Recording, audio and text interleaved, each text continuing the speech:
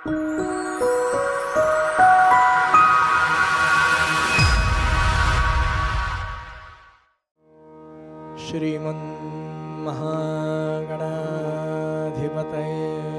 नमः।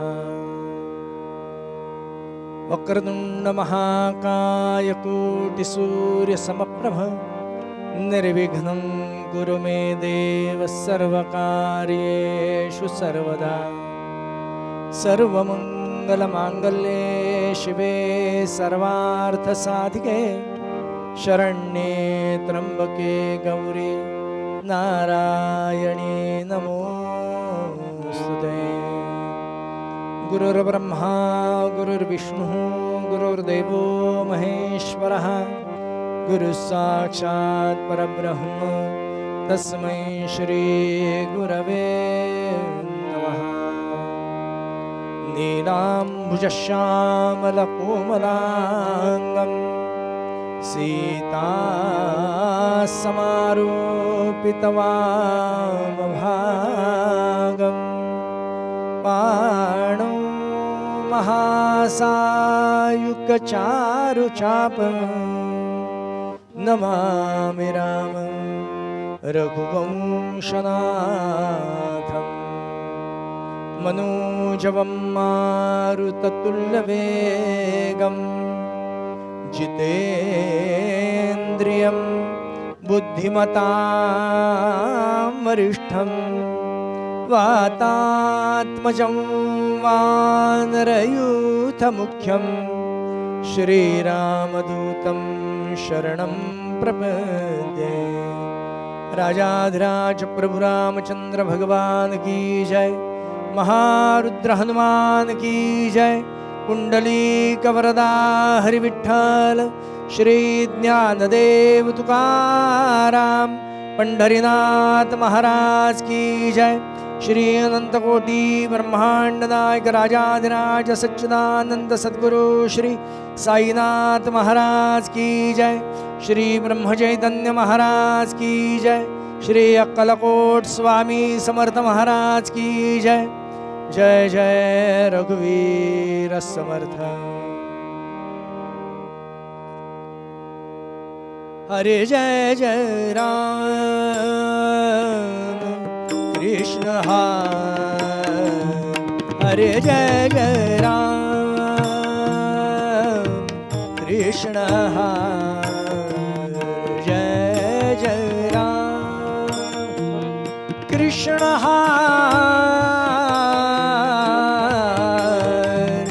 कृष्ण हरे जय जय राम।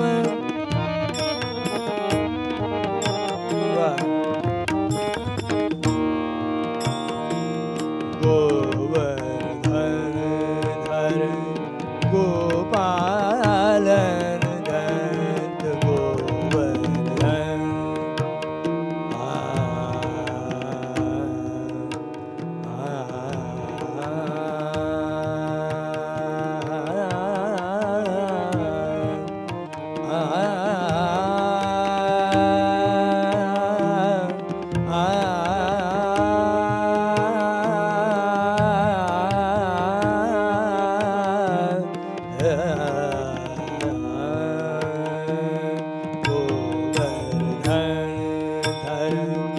गोपालन रन गोकुल संकट हारे कृष्ण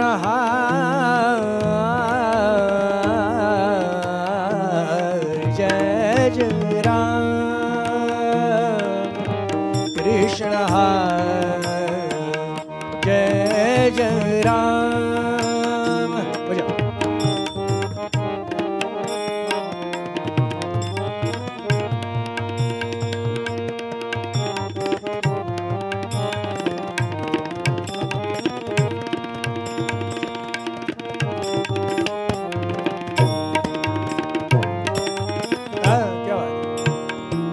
नवनीत सम नवनीत प्रिय नवनीत सम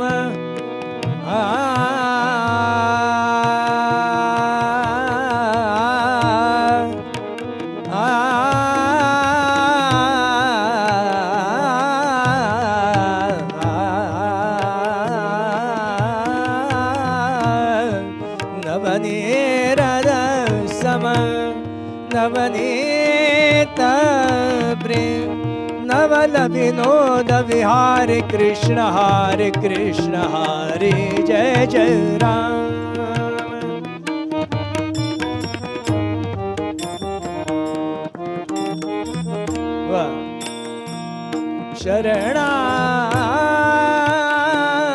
शरणागत दीना शरणागत दीना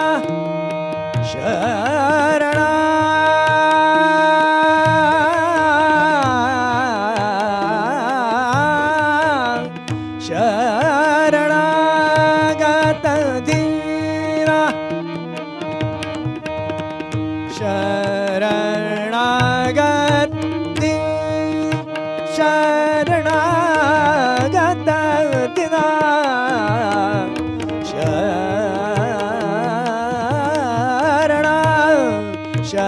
शरणागत दीना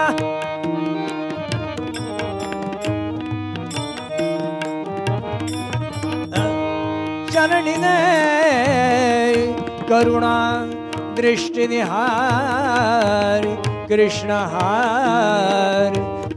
हरि हरि जय जय राम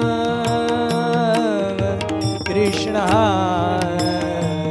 हरि जय जय राम कृष्ण हरि जय जय राम कृष्ण हरि जय जय राम कृष्ण हरि जय जय राम कृष्ण हरि जय जय राम जय जय राम जय जय राम श्री सीताराम हरिचरणी लक्ष लागो रे राजा राम चरणी लक्ष लागो राजा राम चरणी लक्ष लागो राजा राम चरणी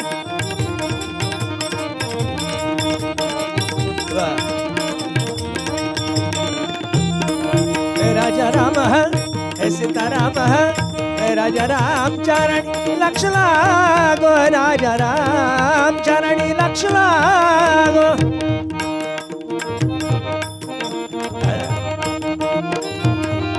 है राजा राम चरणी लक्ष लागो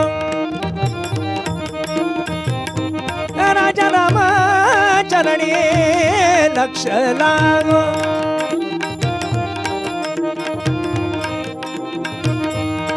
राजा राम चरणी लक्ष लागो कीर्तन संगे रंगात देह बाहु कीर्तन संगे कीर्तन संगे कीर्तन संगे कीर्तन संगे कीर्तन संगे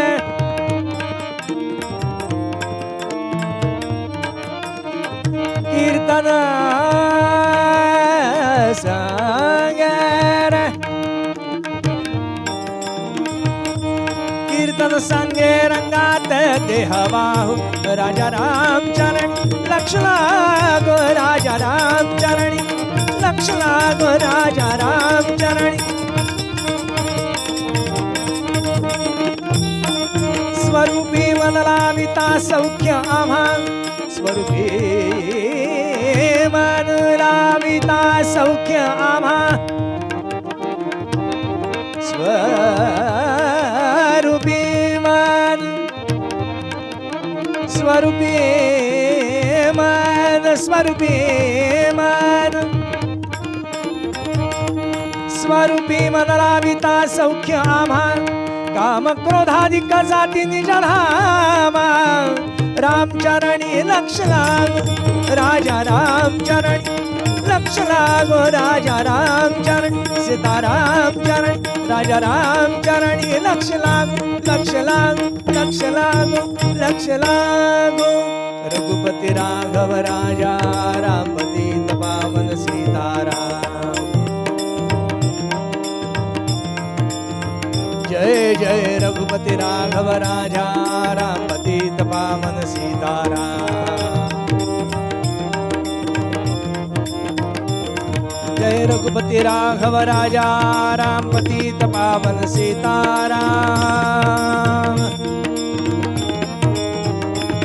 जय रघुपति राघव राजा राम पतित पावन सीताराम। हरि ओम। जय रघुपति राघव राजा राम पतित पावन सीताराम। जय जय रघुपति राघव राजा राम पतित पावन सीताराम। राजाधिराज प्रभु रामचंद्र भगवान की जय। महारुद्र हनुमान की जय। पंढरीनाथ महाराज की जय। आर्य सनातन वैदिक हिंदू धर्म की जय। जय जय रघुवीर समर्थ।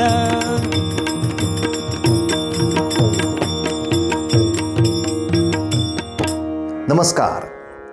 जुन्या विद्वान कीर्तनकारांच्या कीर्तनाच्या आनंदासह नवीन अनेकांना या कीर्तनाचं व्यासपीठ उपलब्ध करून देणारा एकमेव यूट्यूब चॅनल कीर्तन विश्व. या कीर्तन विश्वचा प्रकल्प 12 वर्ष चालणार आहे.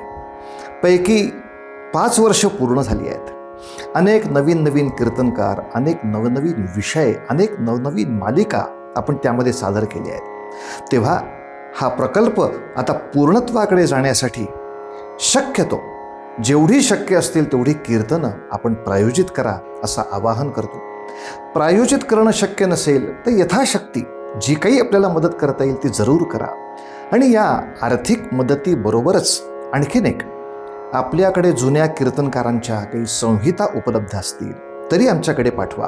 कारण सगळ्या नवीन कीर्तनकारांच्यासाठी एक मोठी कीर्तन संहितांची बँक तयार करण्याचा सुद्धा आम्ही प्रकल्प करतो आहोत. आणि अनेक जुन्या जाणत्या वेगवेगळ्या पठडीतल्या कीर्तनकारांची कीर्तनं ही रेकॉर्ड व्हावीत, आर्काईव्ह व्हावं, या दृष्टीनं आपला हा प्रयत्न चालू आहे. तेव्हा असे कोणी कीर्तनकार असतील तरी त्यांची सुद्धा माहिती पाठवा.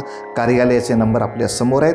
तेव्हा या प्रकल्पासाठी शेअर करा, सबस्क्राईब करा. हा तर विषय महत्त्वाचा आहेच, पण प्रायोजित करा आणि याचबरोबर अनेकांना या प्रकल्पामध्ये जोडून कीर्तन विश्वची बळकटी वाढवत राहा, एवढीच आपल्या सगळ्यांना प्रार्थना.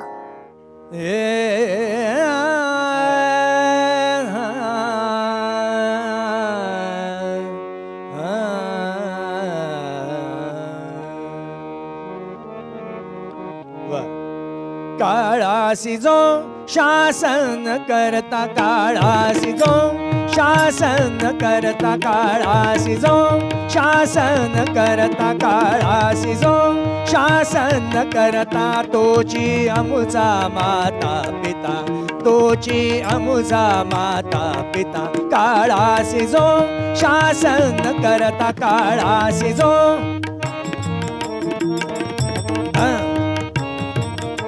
काळासी जो शासन करता, तोची अमुचा माता पिता. ऐसा कृपाळू जगदाने, ऐसा कृपाळू जगदाने, जनार्दन त्रिभुवने, जनार्दन त्रिभुवने, त्रिभुवने. काळासी जो शासन करता, काळासी जो बजाओ.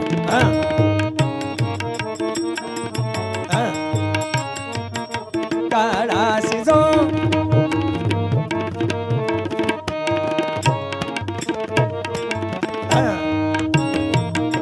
घात आघात निवारे, घात आघात निवारे, कृपा दृष्टी छाया करे, कृपा दृष्टी छाया करे, छाया करे, छाया करे.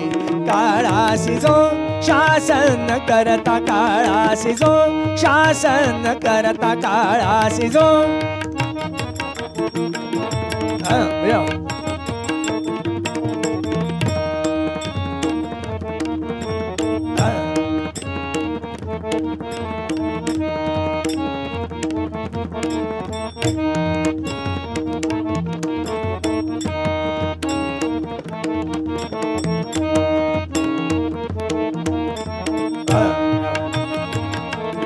एका जनार्दनी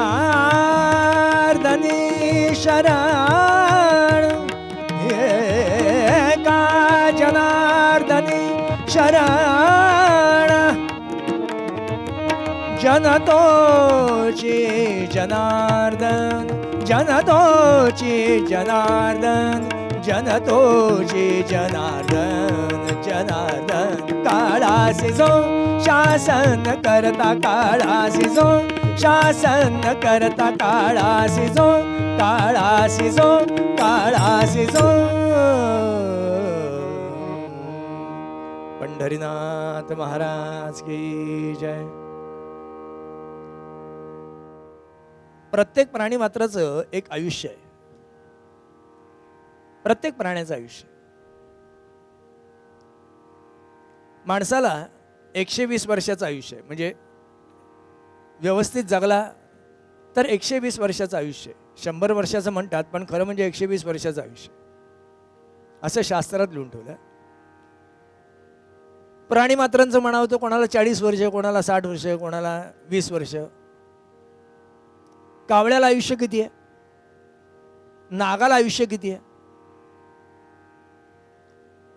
मी पाहायला गेलो नाहीये, लिहून ठेवलं ते सांगतो. साग, नाग और काक 1 सहस्त्र आयुजान. कावळ्याला, नागाला आणि सागवान झाडाला किती वर्षाचं आयुष्य आहे? 1000 वर्षाचं आयुष्य आहे. कावळा 1000 वर्ष जगतो. तुम्ही म्हातारा झालेला कावळा कधी पाहिलाय? म्हणजे कावळ्याचे केस पांढरे झाले, आपले कसे पांढरे होतात तसा पांढरा कावळा पाहिला आहे पण कधी? बरं, त्या काय कुठं कलप वगैरे करायला जात नाही. तो मरेच तोवर लेकाचा काळाच राहतो, म्हणजे तो म्हातारा होत नाही. असं म्हणायचा उद्देश काय? 1000 वर्षाचं आयुष्य. आपल्याकडे 42 पिढ्या खाणारा एकटा येतो, म्हणून आयुष्यावर म्हटलं त्याला पोसायचं. दररोज 12 वाजता त्याच्या नावाने खायला द्यायचं, म्हणजे आपला शेवटचा घास घ्यायला तो येतो. अशा 42 पिढ्यांचा घास घ्यायला येतो. गमतीचा जरी विषय सोडला तरी कावळ्याला 1000 वर्षाचं आयुष्य, तसं नागाला 1000 वर्षाचं आयुष्य. कुळपुरुष म्हणतात आपण त्याला, नागाला. तसं सागवानाला 1000 वर्षाचं आयुष्य. डासाला किती वर्षाचं आयुष्य माहिती आहे तुम्हाला? डासाला आपल्या अंगावरती बसतो ना मच्छर, डासाला किती वर्षाचं आयुष्य आहे? त्याचा कधी विचारच केला नाही.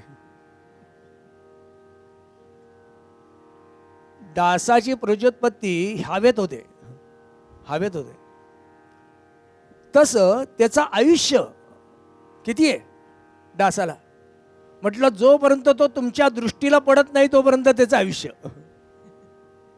तुमच्या हातावरती डास बसलाय आणि तो सही सलामत तुमच्या हातातनं सुटलाय, असं होतं कधी? तो दिसल्यानंतर आपण त्याची पुण्यतिथी करतो का नाही? बरं, ती पुण्यतिथी सुद्धा अशी करतो की एखाद्या सैनिकाला गोळी घातल्यासारखं आपण त्याला मारतो. म्हणजे काय बिचारणी आहे, आपल्या देहातनं एखादा थेंबर काढला असेल तर ते सुद्धा त्याला मिळालं नाही पाहिजे असं त्याला अगदी संपवतो आपण. म्हणजे डासाला आयुष्य किती? जोपर्यंत तो तुमच्या नजरेला पडत नाही तोपर्यंत. महाराज म्हणतात तसं आपल्या सर्वांचं आयुष्य कुठपर्यंत? जोपर्यंत आपण काळाच्या नजरेत येत नाही तोपर्यंत. काळाच्या नजरेमध्ये तुम्ही आलात आणि सुटलात, फार अवघड आहे, फार अवघड. बर, काळाची गंमत अशी आहे, काळा आजपर्यंत धर्म जर कोणी पाळला असेल तर फक्त काळाने. बाकी सगळीकडे म्हटलं करप्शन चालेल, पण काळाकडे करप्शन नाही हो, काळाकडे करप्शन नाही. त्यामुळे काळ न म्हणे दिवस, काळ न म्हणे राव, काळ न म्हणे रंक. काळाला कुठली भानगड नाहीये. त्याच्या नजरेला पडला मग तो कोणी असू दे, रंक असू देत नाही तर राव असू देत, कोणी असू देत. बर, दिवसा असू देत, रात्री असू दे, कुठल्याही काळाला असू दे, त्याच्या नजरेला पडलात की कपातला कपात, बशीतला बशीत, असेच. म्हणजे तो ओठातला घोट सुद्धा नारड्यातनं खाली घालून देणार नाही, असा असणारा काळ आहे. महाराज म्हणतात, आणि माणसाला आयुष्यात जर कशाची भीती असेल ना तर सगळ्यात मोठी भीती ती म्हणजे काळाची भीती. बाकी कोणाची भीती नाही. काळाची भीती म्हणजे मृत्यूची भीती. का भीती आहे? काळाची भीती काय आहे? कारण तो कोणीही पाहिलेला नाही आहे. म्हणून आपल्या अख्ख्या आयुष्यामध्ये जे काही आयुष्य जगलोय त्या आयुष्यामध्ये आपण काळ नावाचं प्रकरण पाहिलेलं नाही आहे. बाकी सगळं पाहिलेलं आहे, पण काळ नावाचं प्रकरण आयुष्यात एकदाच येतं आणि लेखाचं एकदा येतं ते शेवटचंच येतं. म्हणजे कोणीही काळ बघितलेला नसल्यामुळे काळाची भीती आहे. आणि दुसरी भीती कशाची माहिती आहे का? वाईट कशाचं आहे? तर सगळे राहणार आणि मी जाणार. दुःख कशाचं? सगळे राहणार आणि मी जाणार. आमचे मामासाहेब नेहमी उत्तर द्यायचे. मामासाहेब म्हणायचे, शाळेमध्ये रिझल्ट लागतो ना, 5वी असेल, 6वी असेल, 8वी असेल, वार्षिक परीक्षेचा निकाल लागतो. निकाल लागल्यानंतर वर्गात 60 मुलं असतात. त्या 60 मुलांमधला एक मुलगा जर नापास झाला तर त्या पोराला घरी तोंड दाखवायची भीती वाटते हो. म्हणजे मी या जुन्या काळातलं सांगतोय. ते पोरगं घरामध्ये तोंडात एरंडेलचा बोळा कोंबल्यासारखा यायचा. हात पाय ओढत आई बापासमोर उभं राहायची ताकद नव्हती त्याला. का? 60 मुलांच्या मध्ये वर्गात एकटा नापास झाला याची त्याला भीती आहे. त्यामुळे आई वडिलांच्या समोर उत्तर द्यायला त्याच्याकडे शब्द नसायचे, घाबरायचा तो. मामा म्हणायचे, पण 60 विद्यार्थ्यांमधले जर 10-12 मुलं नापास झाली, वर्गातली 10-12 सोडा 7-8 मुलं नापास झाली, मामा म्हटले, तर ते पोरगं घरामध्ये IT द्यायचो. काय रिझल्ट काय? बाबा नापास झालोय ना. तुला सांगताना भीती वाटायची नाही का? बाप म्हणायचा, लेका लाज वाटते का तुला? नापास झालास? बाबा मी एकटा नापास नाहीये, वर्गातली 7-8 मुलं नापास आहेत. माणसाला भीती कशाची? सगळे राहणार मी एकटा जाणार याची भीती आहे. आणि काळ लेखाचा कोणाला न घेता मला एकट्याला घेऊन चाललाय. नाथ महाराजांचं वाक्य आहे, काळासी जो शासन करता तोची अमुचा माता पिता. जो काळाला शासन करतो, काळाला शासन, याचा अर्थ जो काळाला सामोरं जाण्याची क्षमता राखतो ना, तोची अमुचा माता पिता. आज कुठल्या रूपामध्ये मृत्यू आपल्या समोर येणारे, काळ येणारे आपल्याला माहिती नाहीये. काळाचं दर्शन, काळाचं रूप, दुर्दैवाने काळाला अमुक एक रूप आहे असं जर म्हटलं असतं ना तर भीती वाटली असती किंवा त्याला शासन केलं असतं. काळाला अमुक एक रूपच नाहीये, रूपच नाहीये. का? जे जे उपजे ते ते नासे म्हटलं, हा इथला नियम आहे. जे दृश्य आहे किंबहुना आजच्या परिस्थितीमध्ये जे अदृश्यही आहे म्हटलं, तेही तुमच्या मृत्यूला कारणीभूत ठरतंयच. कुठल्या रूपामध्ये काळ तुमच्या समोर येईल माहिती नाही. भेसळयुक्त असणाऱ्या जमान्यामध्ये आपण सगळं जे अन्न खातोय सगळं भेसळयुक्त आहे, भेसळयुक्त आहे. सगळ्यावरती फवारण्या केलेल्या आहेत. रासायनिक असणारी सगळी धान्य आमच्याकडे येत आहेत. आमच्याकडचं दूध आमच्याकडचं शुद्ध नाही आहे, आमच्याकडचं तूप शुद्ध नाही आहे, आमचे कुठले खाद्यपदार्थ शुद्ध नाही आहेत. काळ कुठल्या रूपाने येतो माहिती नाही आहे. आज आमच्या मुलाबाळींना म्हटलं, आमचे भारतीय वेश परिधान करायला आवडत नाही. तो भारतीय वेश परिधान करायला आवडत नाहीत. वेस्टर्न कपडे घालण्याची आजची पद्धत आहे. पूर्वीच्या काळी अंगावरती फाटकं घातलं तर लोक काय म्हणायचे की मौना फाटकं घालण्याची पद्धत पूर्वी नव्हती, जळकं घालायची पद्धत नव्हती. आता ते काय केसाला कॅन्डलिंग करतात, कॅन्डलिंग, केस जाळतात. कुठली जमाना जन्माला आलाय? आमच्या मुलांना आमचे कपडे आवडेनासे झालेले आहेत. आमच्या मुलींना हातामध्ये घालायला आवडत नाही, डोक्याला लावायला आवडत नाही. लक्षात ठेवा, हातात नाही घातलं आणि डोक्याला नाही लावलं म्हणून बिघडत काहीच नसतं, म्हणून बिघडत काहीच नसतं. पण या सगळ्या गोष्टींच्यामुळे आपल्या संस्कृतीवरचं असणारं प्रेम हे दृढ होण्यासाठी त्याचा उपयोग होत असतो. आपल्या संस्कृतीवरचं प्रेम दृढ होण्यासाठी म्हणून त्याचा वापर आहे किंवा उपयोग होणार आहे. ओल्ड ऑर्थोडॉक्स या नावाखाली म्हटलं आपण या सगळ्या गोष्टींना बाहेर काढलंय. आज आमच्या पुण्यातली अवस्था अशी आहे, आमच्या पुण्यामध्ये कॉन्व्हेंटच्या शाळा आहेत. या कॉन्व्हेंटच्या शाळांमध्ये 70% मुलं आमची आहेत, 70% मुलं आमची शिकतायत. असं असताना त्या शाळेचे नियम पाळावे लागतात. डोक्याला कुंकू लावलं तर पनिशमेंट आहे, हातात बांगडी घातली तर पनिशमेंट आहे, हातावरती रांगोळी काढली म्हणजे मेहंदी काढली तर पनिशमेंट आहे. का? लक्षात ठेवा, काळ कुठल्या रूपाने आमच्या समोर येईल आम्हाला माहिती नाही. कुठल्या रूपात काळाने आमच्यावरती घाला घातला जाईल. वेळ प्रसंगी जीव जाणं एवढंच काळाने केलं असताना तर एक वेळ मान्य होतं, त्यांनी जीव तरी घेतला. बरेच माणसं अशी आहेत की ती धड मरत नाही आणि धड जगत नाहीये, म्हणजे काळ त्यांना अर्ध्यावरती ठेवून जातोय. कोणी अपंग झालेत, कोणी अर्धांग वायूने पछाडलेत, कोणी गलिदा गात्र अंथरुणावरती पडलेत. 20-20 वर्ष 25-25 वर्ष अंथरुणावरती पडलेली बिचारी अशी माणसं आहेत की धड जगतही नाही धड मरतही नाहीत. काळाने त्यांना अर्धवट अवस्थेवरती सोडलंय. समर्थांनी फार छान शब्द केला तेवढ्यासाठी. समर्थ म्हटले, बाळा कुठल्या रूपामध्ये कुठल्या क्षणाला काळ तुझ्या समोर येईल. काळ चोर घिरट्या बहु घाली, पामरा तुझ कशी निज आली. जाग जाग स्वरूपी लवला आहे, आणि जात असे अमोलिक वय पाहे. काळ कसा येईल आणि तुला कधी घेऊन जाईल. आहे त्या आयुष्याचं सार्थक करायचं असेल आणि जीवनाचं सोनं करायचं असेल, किंबहुना जगला किती याच्यापेक्षा जगला किती याला फार महत्त्व आहे. तुम्ही किती जगलात याच्यापेक्षा तुम्ही कसे जगला याला फार महत्त्व आहे. हो, कसे जगला. काही लोक काजव्यासारखे चमकून जातात. हो, आयुष्य किती आहे, काजव्यासारखे चमकून जातात, पण तरी सुद्धा फक्त 16 वर्षाचं आयुष्य आहे. 21व्या वर्षी म्हटलं काजव्यासारखा चमकून गेलेला मुलगा आज 750 वर्ष झाली तरी सुद्धा अजून चमकतोच आहे. हो, अजून चमकतोच आहे. ज्याला ज्ञानराज मौली म्हणतात आणि ज्याच्या प्रेमाखातर म्हटलं 750 वर्ष लोक आळंदीपासून पंढरपूरपर्यंत चालत जातात. हो, तुम्ही जगलात किती याला महत्त्व नाही, तुम्ही कसे जगला याला फार महत्त्व आहे. कशा जगला. 38 वर्ष फक्त जगलेला माझा राजा आहे, पण आज 450-500 वर्षानंतर सुद्धा आजही माझा राजा तेवढाच जागा आहे. हो, आजही मनामनामध्ये माझा राजा राज्य करून आहे, ज्याला शिवबा म्हणतात. त्यामुळे मृत्यू येणारच आहे.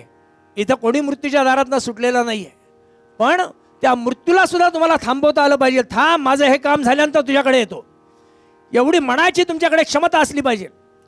पूर्वी आमच्याकडच्या घरातल्या स्त्रिया या सौभाग्यवती जात होत्या. सौभाग्यवती जायच्या का? अर्थात थोडासा गमतीचा विषय जरी असला तरी अगदीच गंमत नाही येते. त्याच्यामध्ये त्यांची धारणा तेवढीच महत्त्वाची होती. घरातल्या स्त्रिया सौभाग्यवती जायच्या, त्यामुळे डोक्याला त्या टिकल्या लावत नव्हत्या, कुंकवाचा टिळा लावायच्या. आता आमच्याकडे कुंकवाचा टिळा फक्त लग्नामध्ये एकदाच, तो रुपयाचं नाणं कुंकवामध्ये भिजवून डोक्याला एकदाच लावतात. त्याच्यानंतर त्या कुंकवाचं अवमूल्यन इतकं झालं की आता ती डोक्यावरची टिकली सुद्धा दिसत नाही. हो, पूर्वीच्या बायका त्या डोक्याला कुंकू लावताना मंत्र म्हणायच्या. आधी मेण लावायच्या, त्याच्यावरती ते कुंकू फासायच्या आणि ते कुंकू फासताना शब्द करायचा त्या काय, तिळा तिळानी वाढू दे नवरा माझा जगू दे. हा मंत्र आहे. तिळा तिळानी वाढू दे नवरा माझा जगू दे. या शब्दामध्ये एवढी ताकद होती. उद्या जर दारामध्ये नवऱ्याला मृत्यू न्यायला आला ना तर हे कुंकू त्याच्या समोर जायचं, खबरदार त्यांना घेऊन जाशील तर मला पहिलं घेऊन जा. आता याच्यातला गमतीचा विषय सोडून द्या, म्हणजे बुवा हे काय उत्तर आहे का असं तुम्ही म्हणाल, पण त्या स्त्रीची जी धारणा होती त्या धारणेचा परिणाम ती सौभाग्यवती जात होती. हो, ती सौभाग्यवती जायची. काळाला शासन करण्याची क्षमता तुमच्याकडे यायला पाहिजे. म्हणजे काळाने कुठल्याही स्वरूपाने तुमच्यावरती जर कुरघोडी केली काळाने तुम्हाला कुठल्याही प्रसंगामध्ये जर अडकवलं तर त्याच्यावरती मात करून तुमच्या यशापर्यंत तुम्हाला नेता आलं पाहिजे. तुमच्या यशापर्यंत, तुमच्या ध्येयापर्यंत तुम्ही गेलं पाहिजेत. का? काळ तुम्हाला अडकवायला बसलाच आहे. काळ तुम्हाला संपवायलाच बसलेला आहे. किंबहुना काळाचं ते कामच आहे.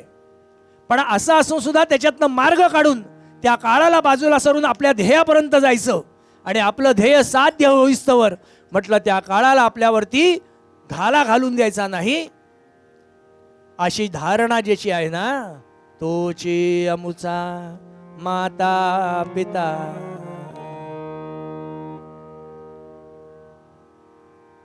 नाथ महाराजांनी सांगितलं की बाबा रे, ऐसा कृपाळू जगदानी जनार्दन त्रिभुवनी.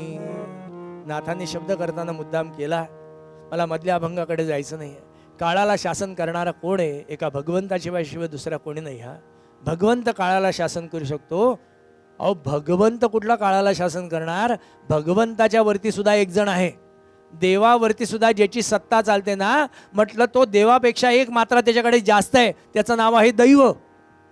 त्याच्या समोर देवाचं सुद्धा काही चालत नाही. देवाला सुद्धा म्हटलं जावं लागतं. महाराज म्हणतात मग काळाला शासन करणारा कोण आहे? नाथांनी एकच शब्द केला, एका जनार्दनी शरण. कोण? जनतोची जनार्दन. नाथांनी शब्द केला, एका जनार्दनी शरण, जनतोची जनार्दन. साक्षात तुम्ही काळाला शासन करू शकता. दुसरा कोणीतरी येईल आणि काळाला संपवेल, या भ्रमात जर राहाल तर संपून जाल. काळाला शासन करणारे तुम्हीच आहात. तुम्हीच करू शकता. समर्थ इतके प्रॅक्टिकल आहेत. समर्थ लोकांना पचत नाही. त्याचं कारण का माहिती आहे? घरामध्ये ज्या देवतांना दररोज हळदी कुंकू लावताना, ज्यांना दररोज सकाळी नैवेद्य देता, खायला देता, म्हटलं ते नुसते देवघरात बसून राहिलेले असतात.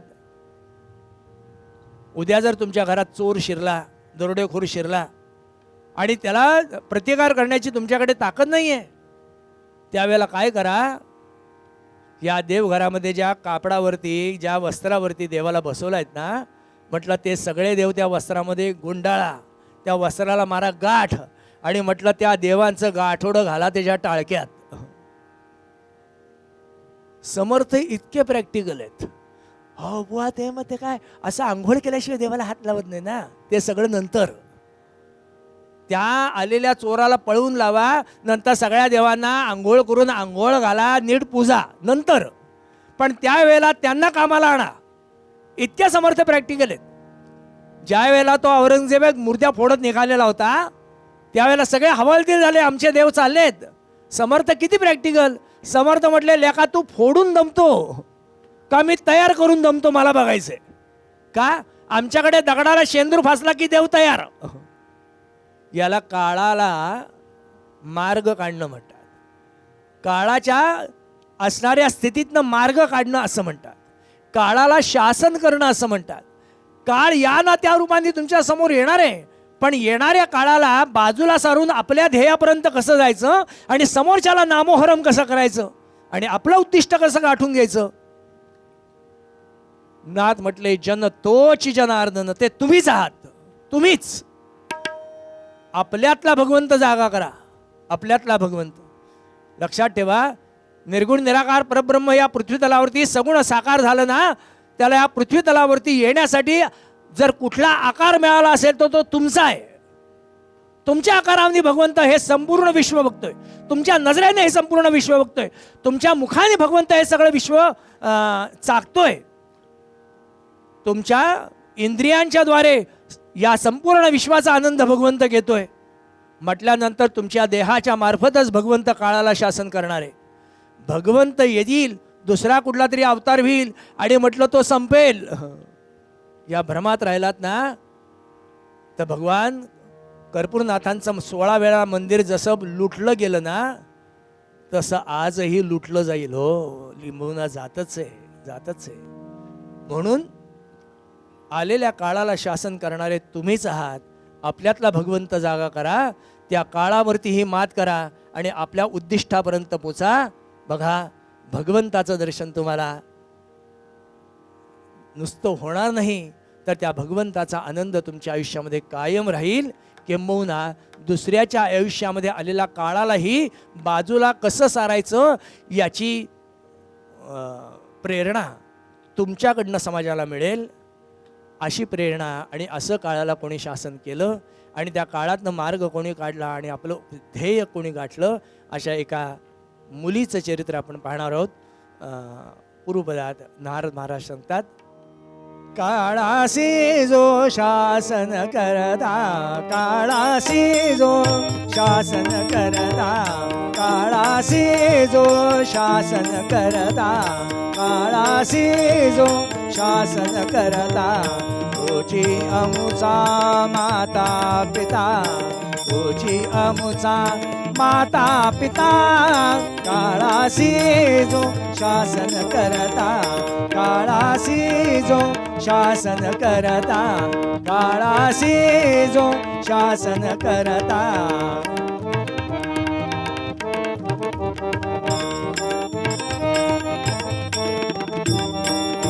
एका जनार्दनी शरण, एका जनार्दनी शरण, जनतोची जनार्दन, जनतोची जनार्दन, जनार्दन.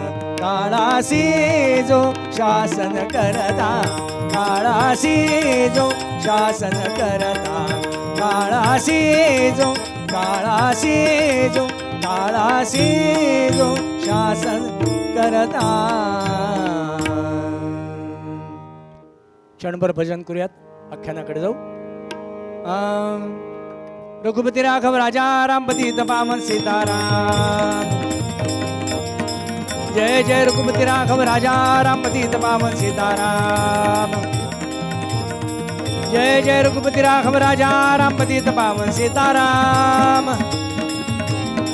जय जय रघुपती राघव राजा रामपती तपामन सीताराम. जय रघुपती राघव राजा रामपती तपामन सीताराम. जय जय रघुपती राघव राजा रामपती तपामन सीताराम.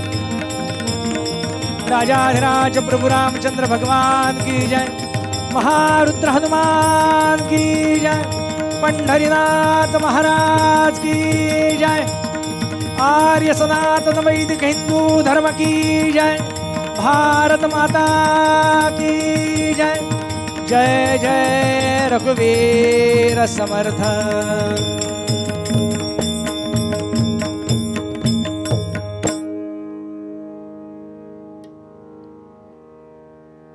घराघरात, दारादारात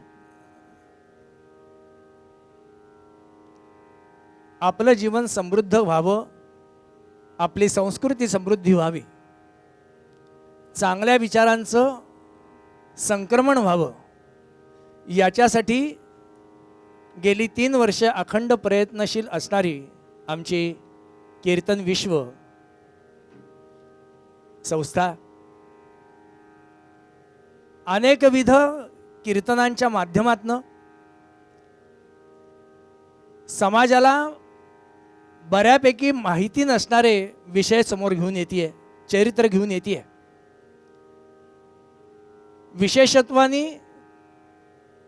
या विषयांना ऐकणारा एक तरुण वर्गही आज तयार होतोय आणि अनेक तरुण कीर्तनकार या माध्यमाच्या द्वारे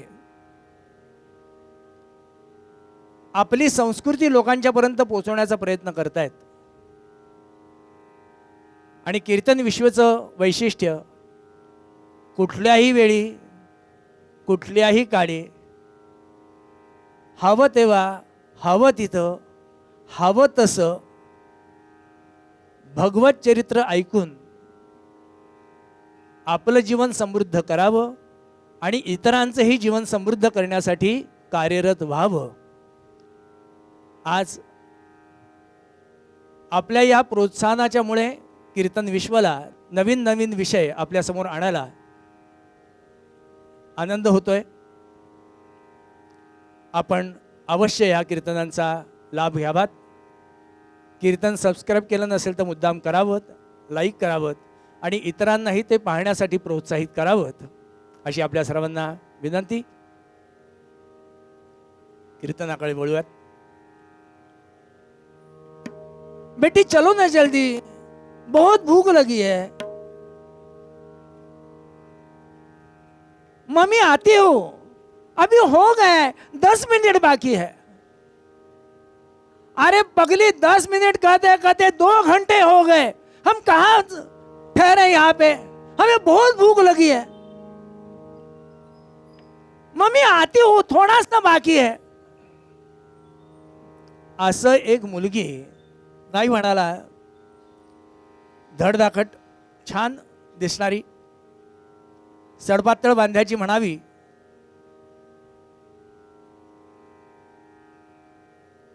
आपला नेहमीचा व्यायाम तिचा चालू आहे आणि एवढं झाल्याशिवाय म्हटलं काही खायचं प्यायचं नाही, हा तिने घालून घेतलेला नियम आहे.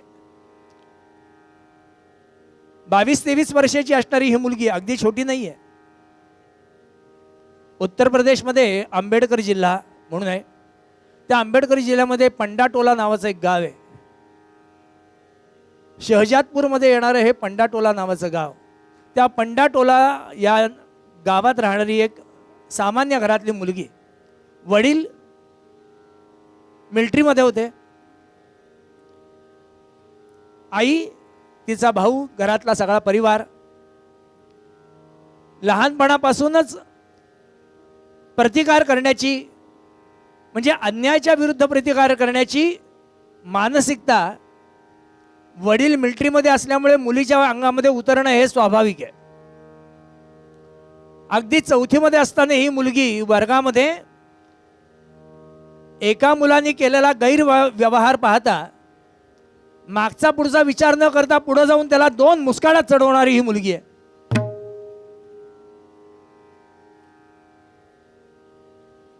आज आपल्या घराच्या अंगणामध्ये तिची चाललेली प्रॅक्टिस म्हणा, उत्तम व्हॉलीबॉलपटू आहे. शाळेमध्ये असताना अनेक पदकं प्राप्त करून दिलेली मुलगी.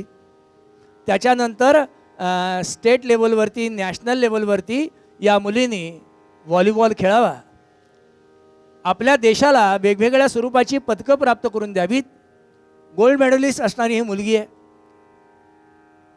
त्यामुळे नाही म्हणाला त्या प्रांतामध्ये काही ना, पण तिचा गाजावाजा आहे, तिचं नाव आहे.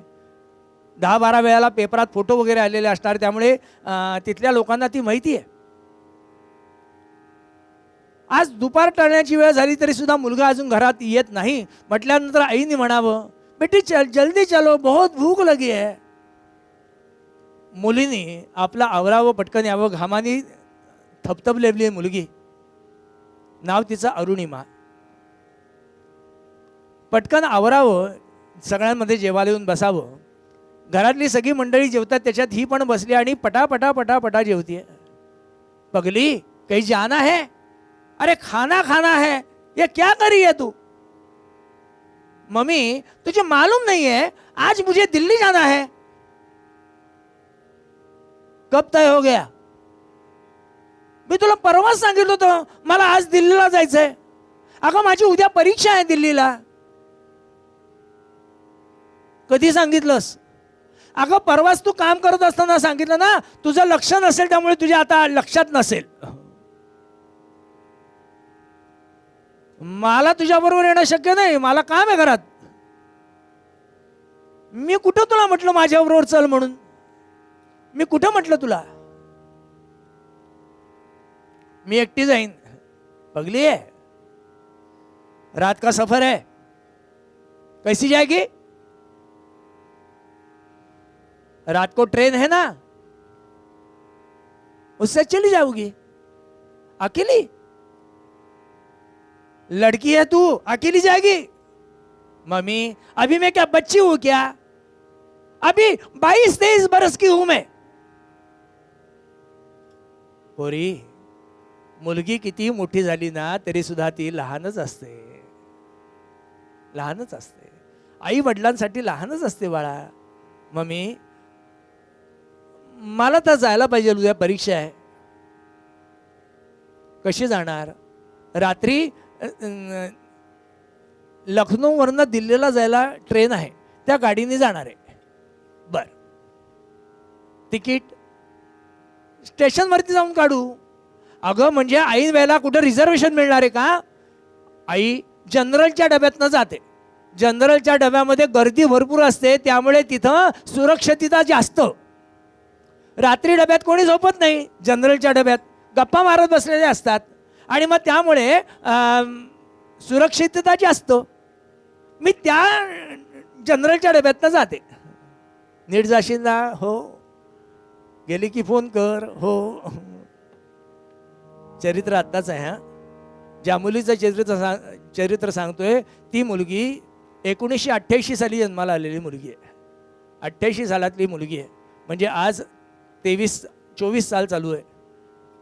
कल्पना करा, म्हणजे आत्ता मुलगी किती वर्षाची आहे? 35-36 वर्षाची मुलगी आहे, जास्त नाही. आणि गंमत म्हणजे ज्या मुलीचं चरित्र सांगतोय ती मुलगी अजून आहे. म्हणजे उद्या जर तुम्हाला तिला भेटायचं असेल तर तुम्ही तिला भेटू शकता, तिला पाहू शकता. अशा असणाऱ्या मुलीचं चरित्र तुम्हाला सांगतो, आत्ताचं चरित्र. अरुणिमाने ते सांगावं. रात्री पद्मावती एक्सप्रेस, या पद्मावती एक्सप्रेस लखनौला येते. 9:30-10च्या दरम्यान लखनौला येते ती गाडी. अरुणिमाने तिकीट काढावं. प्लॅटफॉर्मवरती अरुणिमा आली आहे. अर्थात सोडायला आई भाऊ वगैरे सगळे आलेले आहेत. जनरलच्या डब्यामध्ये अरुणिमाने प्रवेश करावा. मुलगी आहे म्हटल्यानंतर डब्यातल्या लोकांनी तिला एका खिडकीतली जागा दिली. अरुणिमा खिडकीत जाऊन बसली. अच्छा, bye bye, tata, see you, सगळं झालं. प्लॅटफॉर्मवरनं गाडी सुटली. रात्रीच्या वेळेला दिल्लीकडे जाण्याच्या रूटवरच्या सगळ्या गाड्या साधारणपणे 120-130च्या स्पीडने धावतात. मी मध्यंतरी उज्जैनला गेलो होतो, त्यावेळेला मुद्दाम रेल्वेच्या दारात उभा राहिलो होतो. 120च्या स्पीडला गाडी कशी धावते हे पाहण्यासाठी मुद्दाम थांबलो होतो. म्हणजे काय त्याचा फील असतो ते पाहण्यासाठी मुद्दाम थांबलो होतो. अरुणिमा खिडकीत बसले. प्लॅटफॉर्मवरचे दिवे होते, तोपर्यंत सगळीकडे प्रकाश होता, झगमगाट होता. गाडी सुटली, प्लॅटफॉर्म सुटला, गाडी रस्त्याला लागली. दर मजल करत करत गाडी धाड धाड धाड धाड धाड चालली आहे. 120-130च्या स्पीडने गाडी धावती आहे. अशा याच्यामध्ये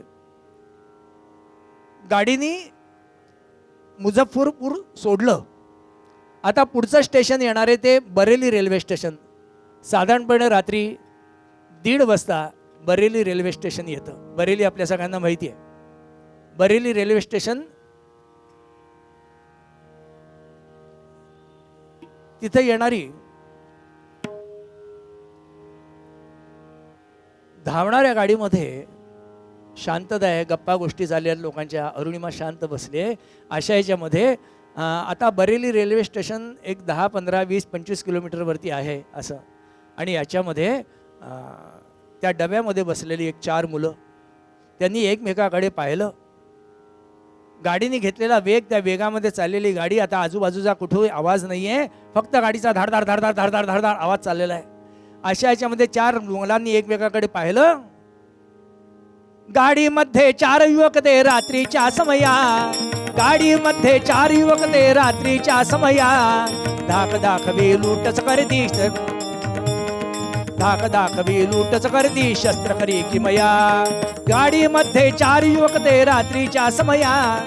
या 4 पोरांनी उठावं, आपल्या जवळची शस्त्र बाहेर काढावीत. कोणाच्या हातात बंदूक आहेत, कोणाच्या हातात सुरे आहेत. आणि ह्या मुलांनी आजूबाजूला बसलेल्या माणसांवरती तो सुरा चालवला. तो सुरा दाखवायला सुरुवात केली. ए क्या है, निकाल नहीं तो मर जाएगा, निकाल निकाल निकाल, ये चेन निकाल, ये घड्याळ निकाल, निकाल निकाल म्हणून त्याचे बोलायला लागले. तो सुरा पाहिला, त्यांचा तो आविष्कार पाहिला आणि गाडीतली लोक घाबरली, कंपार्टमेंट मधली लोक घाबरली. पटापटा पटापटा त्यांनी आपल्या हातातलं, कोणी गळ्यातलं, कोणी हात खिशातलं पटापटा काढून द्यायला सुरुवात केली. गाडीमध्ये 4 युवक ते रात्रीच्या समया. धाक दाखवी लूटच करती शस्त्र करी किमया. कोणी न बोले काही त्यांना घाबरून राहे, कोणी न बोले काही त्यांना घाबरून राहे. अशात होती एक कन्यका चौघे तिस पाहे, अशात होती एक कन्यका चौघे तिस पाहे. त्या कंपार्टमेंट मध्ये असणाऱ्या लोकांमध्ये दहशत माजवली. खबरदार जर कोणी आवाज काढाल तर इथल्या इथं कापून टाकून. लोक घाबरली हो, साहजिक आहे, घाबरणारच. कंपार्टमेंट मध्ये त्या या कंपार्टमेंट मध्ये काय कळतंय, पुढच्या कंपार्टमेंट मध्ये झालंय. इकडची लोक विचार करतायत तिकडे काहीतरी भांडण झालेलं दिसतंय. गर्दी भरपूर, कोण जाणार बघायला. 4 मुलांनी त्या कंपार्टमेंट मधनं सुटावं आणि इकडे यावं. आणि ज्या कंपार्टमेंट मध्ये आमची अरुणिमा बसली आहे त्या कंपार्टमेंट मध्ये सगळे येत आहेत. चौघांनी त्या कंपार्टमेंट मधल्या लोकांच्या खिशातलं, हातातलं, गळ्यातलं वगैरे काढायला सुरुवात केली. अरुणिमाचं लक्ष बाहेर अंधारामध्ये बघतीये. धाड धाड धावणाऱ्या गाडीकडे तिचं लक्ष आहे. ती कशाला इतरत्र बघतीये. या चौघांकडे अरुणिमाचं लक्ष नाहीये. अरुणिमा कोणी न बोले काही त्यांना घाबरून राहे. अशात होती एक कन्यका चौघे तिस पाहे. सुवर्णमाला होती कंठी देण्यासी वदती, सुवर्णमाला होती कंठी देण्यासी वदती.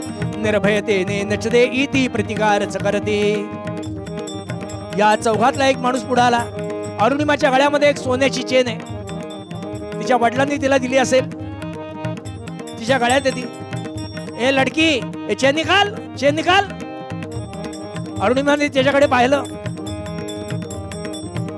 आग ओतणारा तो पोरगा, हातामध्ये त्याचा जळजळणारा तो सुरा. चेन निकाल, चेन निकाल. आजूबाजूची लोक सांगतायत लडकी दे दे ना तो मार जाएगा. अरुणिमाने चेन हातात घट्ट धरली. ये मेरे पापा की निशानी है, मैं नहीं दूंगी, नहीं दूंगी. लड़की दे दे ना तो मर जाएगी, तू मर जाएगी. सुवर्णमाला होती कंठी देण्यासी वदती. निर्भयतेने नचदे इति प्रतिकारच करते. मग सुराला भी कंठास एक धरी हात एक धरी पाय. ओढून नेती दारात. त्या पोराच्या लक्षात आलं पोरगी चेन देत नाहीये. आणि आता या पोरीचा जर प्रतिकार वाढला तर आजूबाजूची लोक शहाणे होतील आणि ही आपल्याला प्रतिकार नुसती करणार नाही, आपली इथंच पुण्यतिथी होईल. चौघ घाबरले, पण काहीतरी केलं पाहिजे. त्यांनी तो सुरा घेतला, अरुणिमाच्या गळ्याला लावला. मग सुराला भी कंठास, मग सुराला भी कंठास एक धरी हात एक धरी पाय. अरुणिमाच्या गळ्याला लावलेला तो सुरा. दे दे नहीं तो मर जाएगी, तू मर जाएगी. मैं नहीं दूंगी, ये मेरे पापा की निशानी है, मैं नहीं दूंगी. त्यांनी लावलेला सुरा आत खुपसला हो. रक्ताची धार बाहेर निघाली. लड़की दे दे ने मार डालेगा तुझे, नहीं दूंगी. तशीच हो अरुणिमा. परिणाम चौघांनी विचार केला आता या पोरीचं असं जर वागणं वाढलं तर आपण सगळेजण म्हटलं गोत्यामध्ये येऊ. परिणाम मग मग सुराला भी कंठास एक धरी हात एक धरी पाय. दोघांनी हात धरले, दोघांनी पाय धरलं. ओढून नेती दारात, मारी ती लाथ पोटात. चौघा संगे झुंजत होती अरुणिमा सिन्हा. चौघा संगे झुंजत होती अरुणिमा सिन्हा. दुःख तियेचे पाहुनी कोणा फुटू नये पान्हा. दुःख तियेचे पाहुनी कोणा फुटू नये पान्हा. हाजीरजी हाजीरजी हाजीरजी हाजीरजी. अरुणिमाला ओढत ओढत ओढत ओढत दारात नेलो. दोघांनी हात धरले, दोघांनी पाय धरले. ओढून दारात नेलं, ओढून दारात नेलं. त्याचा परिणाम एकाने तिच्या पोटात जोरात लाथ घातली हो. अरुणिमाच्या हातात चेन तशीच आहे, चेन तशीच. चेन सोडेना. कोणीतरी पटकन पोटात लाथ घातली, जोरात ओरडली हो, ओरडली. दे दे नाही तो मर जाएगी, तू मर जाएगी, दे दे. अरुणिमा चेन सोडेना. बरोबर ज्यांनी तिच्या पोटामध्ये लाथा घातल्या तिला मारलं, तिला ओरडतीये, किंचाळतीये. पण दुर्दैव असे ना की चौघा संगे झुंजत होती अरुणिमा सिन्हा. पण दुःख तियेचे पाहुनी कोणा फुटू नये पान्हा. अहो तिला एवढा त्रास होतोय, पण गाडीतला एक मर्द पुढे यायला तयार नाही हो त्या पोरीला वाचवायला. तुमच्याच गळ्यातलं, तुमच्याच हातातलं, तुमच्याच खिशातलं या लोकांनी काढलंय. कमीत कमी तुमच्यातला पुरुषार्थ जागा करा आणि त्या पोरीला होणाऱ्या त्रासात न वाचवा. पण दुर्दैवाने पुढे यायला कोणी तयार नाही का? मृत्यूला सामोरं जाण्याची ताकद नाही हो कोणाच्यात. अरुणिमाच्या अंगात ती ताकद आहे. ते मृत्यूला सामोरं जातीये. समोर काळ दिसतोय तरी सुद्धा अरुणिमा चेन द्यायला तयार नाही. गाडी धाड धाड धाड धावतीये. आवाज कोणाला कळतोय, कोणाला समजतंय? वाऱ्यावरती ते आवाज बिरून जात आहेत. त्या धावणाऱ्या ट्रेन मधनं तुम्हाला गंमत सांगतो. ओढून नेता दारापाशी, अरुणिमाला त्या दारापाशी ओढलंय. लड़की दे दे नहीं तो मर जाएगी, तू मर जाएगी, मैं नहीं दूंगी. ओढून नेता दारापाशी काही नचती ऐकी. ओढून नेता दारापाशी काही नचती ऐकी. ओढून नेता दारापाशी काही नचती ऐकी. वेग गाडीचा चपळ पाहुनी, वेग गाडीचा चपळ पाहुनी. चौघांनी एकमेकाकडे पाहिलं. जनरलच्या डब्याचे दरवाजे लावलेले नसतात. अशा ह्याच्यामध्ये दोघांनी हात पकडले, दोघांनी पाय पकडला, तिचा झोका केला. हो झोका काय? वेग गाडीचा चपळ पाहुनी बाहेर फेकून देती हो रामा साधोजी ओ राम राजा राजा राम. तुम्हाला सांगतो ती झोका केला. लड़की दे दे नहीं तो मर जाएगी, तू मर जाएगी. अरुणिमा चेन सोडे ना. आपण वेडेपणा म्हणू याला एकाने. काय एवढीशी ती चेन, जीव महत्वाचा काय चेन महत्वाची असं आपण म्हणू.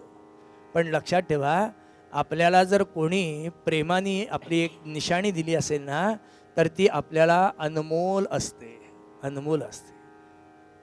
आपल्या प्राणापेक्षा आपण ती जपून वापरतो का? कारण आपल्याला आपल्या आयुष्यातल्या विशेष व्यक्तीने ती दिलेली असते, दिलेली असते. अरुणिमासाठी ती चेन फार महत्वाची होती. परिणाम चौघांनी मागचा पुढचा विचार केला नाही आणि बाहेर फेकून देती हो. चालत्या गाडीतनं बाहेर फेकली हो. कल्पना करा 120 च्या स्पीडला बाहेर फेकल्यानंतर काय अवस्था असेल, काय अवस्था असेल. फेकून देता खांबावरती आदळली अरुणिमा. ओरडली किंचाळली तेव्हा वेदनेसी नासीमा.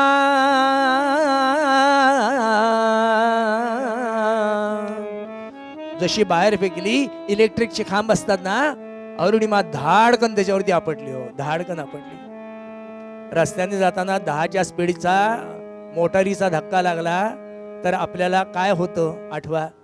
120 110च्या स्पीडला जर गाडी असेल आणि ती जर असा खांबावरती व्यक्ती आपटली गेली तर त्याला काय होईल कल्पना करा. अरुणिमा त्या खांबावरती आदळली गेली हो. पाठीमागच्या बाजूने आपटली गेली. मणक्याचे 3 भाग फ्रॅक्चर झालेत. एक पाय त्याच्यातनं उजवा पाय तिचा फ्रॅक्चर झालाय, त्याच्यातनं हाडं मोडली आहेत आणि ती पायातनं बाहेर आली आहेत. अरुणिमा दाणकन खाली आपटली आपटली आपटली तशीच पडली आहे. साहजिक आहे. गाडी पुढे निघून गेली धाड धाड धाड धाड. बरेली रेल्वे स्टेशनच्या अलीकडे 10 किलोमीटरवरती हा घडलेला प्रसंग आहे. अलीकडे 10 किलोमीटर अरुणिमा पडली आहे. रात्री 1:15 वाजण्याचा सुमार असेल. अरुणिमा तिथं पडली आहे. काय पडली आहे, कशी पडली आहे अरुणिमाला कळत नाहीये. शुद्धीवरती येते पण तरी सुद्धा अरुणिमाला नाही म्हणाला थोडी ग्लानी आली, बेशुद्धी आली आहे. अशा याच्यामध्ये अरुणिमा आहे.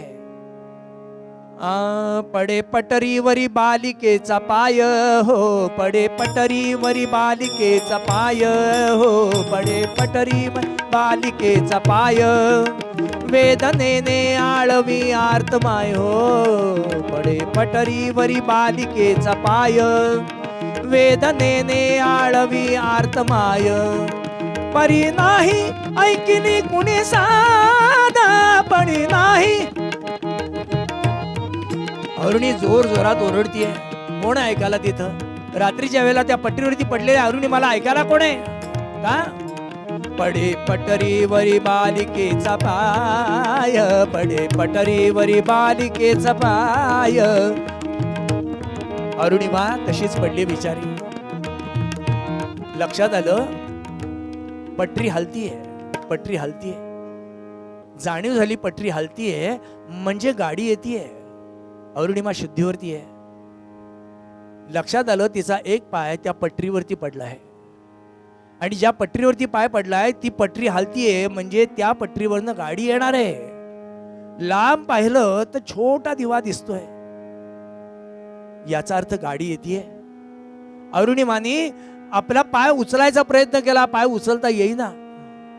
दुसरा पाय त्या पटरीला लावावा आणि हा पाय खेचून घ्यावा असा विचार करावा, पण तो पाय काढता येत नाहीये. का? कारण हा पाय फ्रॅक्चर आहे, त्यामुळे त्याच्यात ताकद नाहीये. त्याला जोर द्यावा आणि हा पाय खेचावा. तर उठावं आणि पाय उचलून घ्यावा तर पाठीकडच्या कॉर्ड्स, 3 कॉर्ड फ्रॅक्चर आहेत, त्यामुळे अरुणिमाला उठता येत नाही, तशीच पडली आहे. तुम्हाला सांगतो येणारा दिवा हळूहळू हळूहळू मोठा मोठा मोठा होत गेला आणि मोठा होत गेलेला दिवा एक क्षण असा आला, अरुणिमाचा पाय घेऊन गेला. घेऊन गेला. मांडीपासूनचा पाय पटरीमध्ये पडलाय आणि अरुणिमा पटरीच्या बाहेर पडली. आलेली गाडी तिचा पाय घेऊन जावी. ओरडली, किंचाळली, ऐकायला आहे कोण तिथं? त्या रात्रीमध्ये जवळजवळ 40 पेक्षा जास्त गाड्यांची अपडाऊन झाली आहे. 40 गाड्या येत्या जात्या झाल्या, पण रात्रीच्या वेळेला कोण बघायला असतं? कोण आहे बघायला? अरुणिमा तिथंच पडली आहे. गाडीतनं येणारी जाणारी माणसं खाणारे पदार्थ गाडीतनं खाली फेकून देतात. फेकून दिलेले पदार्थ मलमूत्र असेल ते सगळं अरुणिमाच्या अंगावरती पडतंय. ते खाणारे पदार्थ अंगावरती पडतायत. पटऱ्यांमधनं फिरणारे उंदरं असतात, उंदरं आपल्या माहिती आहेत. म्हटलं ती उंदरांनी तिथं यावं, अरुणिमाच्या चेहऱ्यावरती बसतायत, हातावरती बसलायत, पायावरती बसतायत आणि तिला त्या अंगावरचं पडलेलं ते खाऊन झाल्यानंतर आता तिला खायला सुरुवात केली. हो अरुणिमाला त्यांना हाकलायचंय, पण हाकलण्यासाठी हातात ताकद आहे कुठं? तोंडावरती बसलेल्या उंदरांना बाजूला करायचं पण येताही कुठं करता? त्या अख्ख्या रात्रीमध्ये तिच्या देहाची झालेली भेसूर अवस्था आहे, भेसूर. अरुणिमा तशी तिथं पडून राहिलेली.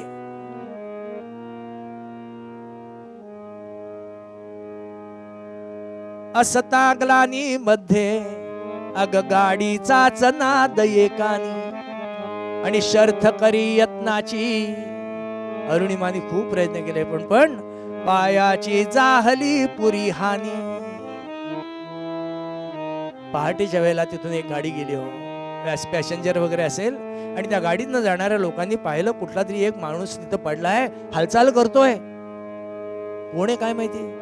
बरेली रेल्वे स्टेशनला सांगण्यात आलं असं असं कोणतरी आहे तिथं. तिथून माणसं आली. अरुणिमाला उचलण्याच्याही स्थितीत नव्हती. हो इतका तिचा घाण झालेला सगळा देह होता. तसंच तिला उचललं. रेल्वे स्टेशनवरती असणारी जी हॉस्पिटल्स असतात, प्राथमिक उपचार केंद्र असतात, अरुणिमाला तिथं आणलं गेलं, स्वच्छ केलं गेलं. गंमत तुम्हाला सांगतो, त्या स्वच्छ करणाऱ्या असणाऱ्या कर्मचाऱ्यांमध्ये एक कर्मचारी असा होता की जो तिच्या गावातला होता आणि त्यांनी अरुणिमाला ओळखलं. अरे ये हमारी अरुणिमा है, ये हमारी अरुणिमा है, हमारे गांव की है, तुम जानते हो इसे? हाँ हाँ, अरे ये व्हॉलीबॉलपटू है, नॅशनल प्लेयर है. त्याने केवढं तिचं कौतुक करायला सुरुवात केली. तुम्हाला सांगतो अरुणिमाला स्वच्छ करण्यात आलं. तिचा पाय तुटलेला आहे. आता सर्जरी करायची आहे. सर्जरी करायची तर तिला एनेस्थेशिया द्यायला पाहिजे. त्याच्यासाठी रक्त पाहिजे. रक्त कुठे मिळणार ऐन वेळेला? तुम्हाला सांगतो, अरुणिमाची ती अवस्था पाहिल्यानंतर तिथले डॉक्टर आणि तिथला कंपाऊंडर यांनी आपलं स्वतःचं रक्त दिलं आणि अरुणिमाचं ऑपरेशन सुरू झालं. डॉक्टर सांगतायत, अरुणिमा तुझं ऑपरेशन करण्यासाठी म्हटलं ॲनेस्टेशिया द्यायला पाहिजे, भूल द्यायला पाहिजे. अरुणिमाचं वाक्य आहे, डॉक्टर साहेब मी रात्री जे अनुभवलंय ना ते ह्या ॲनेस्टेशियापेक्षा भयंकर आहे. त्यामुळे तुम्ही ॲनेस्टेशिया नाही दिला, तुमच्याकडे उपलब्ध नसला तरी चालेल, तुम्ही तसंच करा. मी जे सहन केलंय ते ह्याच्यापेक्षा भयंकर होतं. डॉक्टरांनी ॲनेस्टेशिया न देता तिचं ऑपरेशन करावं, पण ऑपरेशन केल्यानंतर ते जुजबी ऑपरेशन आहे, जुजबी आहे. परिणाम अरुणिमाला लखनौमधल्या एका हॉस्पिटलमध्ये ॲडमिट केलं आणि तिथून अरुणिमाला दिल्लीतल्या all India institute medical science AIMS मध्ये अरुणिमाला भरती केलं गेलं. अर्थात नॅशनल प्लेयर आहे ती, म्हणजे ह्या AIMS मध्ये सगळे मोठमोठे कलाकार असतील, नेते असतील, इथे ॲडमिट असतात. त्यांच्यावरती उपचार सगळे तिथं केले जातात. अरुणिमा तिथं आहे. 4 महिने आमच्या अरुणिमा तिथं आहे. 88 साली जन्माला आलेल्या मुलीवरती हा ॲक्सिडेंट 11 एप्रिल 2011 या दिवशी झाला. 2011 म्हणजे आत्ताचं साल आहे. 2011ला अरुणिमावरती हा अपघात झाला. मृत्यूच्या खाईत गेली अरुणिमा, मृत्यूच्या खाईत. अशा याच्यामध्ये मृत्यूने घातलेला घाला त्या मुलांच्या रूपाने आलेला होता. डब्यामध्ये असणाऱ्या माणसांनी प्रतिकार केला नाही, या रूपाने आलेला होता. आज त्या डब्यातनं खाली फेकली गेली, तिथं पाय तुटला, दुसरा पाय फ्रॅक्चर झाला, पाठीच्या असणाऱ्या 3 कॉर्ड्स म्हटलं तिच्या नाहीशा झाल्या, म्हणजे त्याही फ्रॅक्चर झाल्या. काळाने घातलेला हा मोठा घाला होता.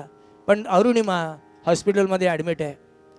डॉक्टरांनी तिच्यावरती उपचार करायला सुरुवात केली. 4 महिने अरुणिमा दिल्लीच्या हॉस्पिटलमध्ये आहे. आणि आज अरुणिमाची सगळी ऑपरेशन्स केली गेली. जो पाय तुटला होता त्या तुटलेल्या पायाला लाकडी पाय, आर्टिफिशियल पाय बसवला गेला. भरती केले राजधानीला अरुणिमा सिन्हाला आणि कृत्रिम पाय बसवून आले व्यंगतीच्या नशिबाला, नशिबाला, नशिबाला. तुम्हाला सांगतो, अरुणिमाला कृत्रिम पाय बसवला गेला. कृत्रिम पाय बसवणं म्हणजे एक प्रकारचं म्हटलं फर्निचरचंच काम आहे हो. पायामध्ये स्क्रू फिट करायचे असतात आणि ते पायामध्ये स्क्रू फिट करून तो पाय बसवला जातो. अरुणिमाला तसा पाय बसवला गेला. अंथरुणावरती बसून कंटाळली अरुणिमा. घरातला कोणीतरी म्हणून एक भाऊ तिचा आहे तिथं, भैया मुझे कुछ देना ना पढ़ने के लिए, म्हणून भावाने तिला वर्तमानपत्र आणून दिली. आणि अरुणिमा त्या अंथरुणावरती पडल्या पडल्या वर्तमानपत्र वाचतीये आणि त्या वर्तमानपत्रामध्ये बातम्या आहेत. अरुणिमा विचार करतीये, मी मेले असते तर बरं झालं असतं. का? काय लोकांचे विचार आहेत. वर्तमानपत्रामध्ये लोकांनी मथळे लिहिलेत. घरातल्या त्रासाला कंटाळून एका मुलीने गाडीच्या खाली जीव देण्याचा प्रयत्न केला. डब्यामध्ये TC आल्यामुळे घाबरून तिकीट नसल्यामुळे एका मुलीने जीव द्यायचा प्रयत्न केला. आपलं लफडं, पेपरातले शब्द आहेत हा, आपले असणारे गैरवर्तन लोकांच्या समोर आल्यामुळे मुलींनी गाडी खाली जीव देण्याचा प्रयत्न केला. अशा स्वरूपाची सगळ्या बातम्या जेव्हा अरुणिमा वाचतीये तेव्हा मी मेले असते तर बरं झालं असतं. याच्यावरती डब्यातल्या एखाद्या माणसानी प्रतिक्रिया द्यायला पाहिजे होती, नाही म्हणून त्या मुलीला हा अपघात झालेला नाही, एखाद्याने तरी म्हणायला पाहिजे होतं. पण कोणी म्हणेना. अरुणिमा ते वर्तमानपत्रातले शब्द वाचतीये. आज अरुणिमाला उभं राहायचंय, डॉक्टर सांगतात उभं राहायचंय. अरुणिमा उभं राहायला गेली. डॉक्टरांनी तिच्यासमोर ते कुबड्या आपल्या भाषेमध्ये त्या आणल्यात. ये क्यों डॉक्टर साहब, मैं अभी ठीक हो गई ना. हाँ मैं अभी वॉलीबॉल खेल सकती हूँ ना. क्यों बेटी, क्यों खेलना है तुझे वॉलीबॉल. अरुणिमाचं स्वप्न आहे. काय स्वप्न आहे. स्टेट लेवल असेल, नॅशनल लेवल असेल, पहिला नंबर मिळाल्यानंतर सगळ्यांच्या मध्ये सत्कार केला जायचा आणि त्या सत्काराच्या वेळेला आपल्या देशाचं नाव घेतलं जायचं. हो, अरुणिमाचं स्वप्न आहे, मला माझ्या देशाला व्हॉलीबॉलमध्ये जागतिक पातळीवरती न्यायचं आहे, इंटरनॅशनल लेवलवरती. तिथं माझ्या देशाला सुवर्ण पदक मिळवून द्यायचं आहे. त्यावेळेला माझ्या देशासाठी म्हणून सगळ्या देशातली लोक उभी राहिली असतील आणि त्या सगळ्यांची मानवंदना माझ्या देशाला मिळत असेल ज्या वेळेला माझ्या देशाचं जनगण गायलं जात असेल. अरुणिमा ते सांगतीये, तिच्या डोक्यात विचार चाललाय, जनगण मन अधिनायक जय हे भारत भाग्य विधाता पंजाब सिंध गुजरात. हे म्हणत असताना सगळ्या देशातली लोक उभी राहिलेली असतात आणि माझ्या देशाला मानवंदना देत असतात. तुम्हाला सांगतो, याच्यासारखं म्हटलं कुठल्याही कलाकाराला असेल किंवा खेळाडूला असेल मोठं मानपत्र नसतं, लक्षात ठेवा. बाकी पैसा अडका वगैरे हे सगळं नंतरच्या गोष्टी आहेत, पण हे जे मानपत्र आहे ना ते सगळ्यात मोठं असतं, सगळ्यात मोठं. अरुणिमाचं ते स्वप्न आहे, जागतिक पातळीवरती मला माझ्या देशाचं नाव मोठं करायचंय. हे अरुणिमाचं स्वप्न आहे. त्या बैसाखी जेव्हा पाहिल्या, डॉक्टर साहब मैं अभी खेल सकूंगी ना. अरुणिमा, अभी तुम्हें खेलना नहीं आएगा. क्यों डॉक्टर साहब. अरुणिमा, अभी तुझे एक पाँव नहीं है. क्या कहते हो. मुझे दोनों पाँव है. अरुणिमा, तुम्हें दोनों पाँव है मगर एक पाँव आर्टिफिशियल है. ज्या वेळेला अरुणिमाने आपला पाय पाहिला तेव्हा कोसळली. हो, कोसळली. तिचं स्वप्न म्हटलं कोसळलं. करीन काही असे मी, करीन काही असे मी, देशाचा मान वाढण्यासाठी. राहुनी गेली इच्छा, वाटे येई कुकाळ मजसाठी. रामा, अरुणिमाची इच्छा राहून गेली. डोळ्यातनं पाणी येत आहे. अहो, हरली अरुणिमा. जणू काही आपल्या आयुष्यातलं आता सगळं संपलं. माझी इच्छा विरून गेली. आता मी उभी राहू नाही शकणार. मी काय खेळणार. मी खेळूच नाही शकली तर मी माझ्या देशाला कसं नावलौकिक मिळवून देणार. अरुणिमाची सगळी स्वप्न एका क्षणात धुळीला मिळालेली. अशा स्थितीमध्ये अरुणिमा वर्तमानपत्र वाचतीये. त्या वर्तमानपत्रामध्ये एक आशेचा किरण अरुणिमाने वाचला. आशेचा किरण काय आहे. सगळंच गेलंय, आता आपण काही करू शकणार नाही, अशा मनस्थितीला गेलेली अरुणिमा ती बातमी वाचतीये. कुठली. भारतातली पहिली महिला जिने एव्हरेस्ट सर केलेलं आहे. एव्हरेस्ट सर केलं आहे. जी भारतातली पहिली महिला आहे तिचं नाव बचिंद्र पाल. या महिलेनी पहिला एव्हरेस्ट सर केलेला आहे. अरुणिमाच्या डोक्यामध्ये चक्र फिरायला लागली. मी खेळू नाही शकले म्हणून काय झालं. मी हे करू शकते, मला हे जमू शकतं, मी हे करणार. अरुणिमाच्या डोक्यामध्ये चक्र फिरायला लागली आणि अरुणिमा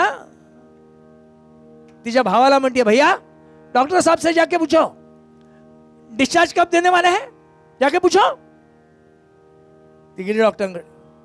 डॉक्टर साहब, बहना पूछ रही है डिस्चार्ज कब मिलने वाला है. 2 दिन में मिल जाएगा. त्यांनी येऊन सांगा, वो बहना डॉक्टर साहब कह रहे हैं 2 दिन में मिल जाएगा. उनसे जाके पूछो आज मिलेगा क्या. आज मिलेगा. हाँ क्यों नहीं मिलेगा, मिल जाएगा. अरुणिमाने डिस्चार्ज घेतला. तिथून बाहेर पडली. दोन्ही हातामध्ये तिच्या त्या कुबड्या. आता बऱ्यापैकी जरा उभी राहायला लागली, पण तरी सुद्धा आधाराची गरज आहे, कारण अजून या पायावरती तिला जोर देता येत नाहीये. त्यामुळे हातामध्ये ते बरं दुसराही पाय तसाच आहे, हाही पाय तसाच आहे. अरुणिमा निघाली. रेल्वे स्टेशनवरती आल्यानंतर तिकीट काढायला भाऊ गेला. बहना अभी घर जाएंगे ना? नहीं नहीं हमें घर नहीं जाने का है.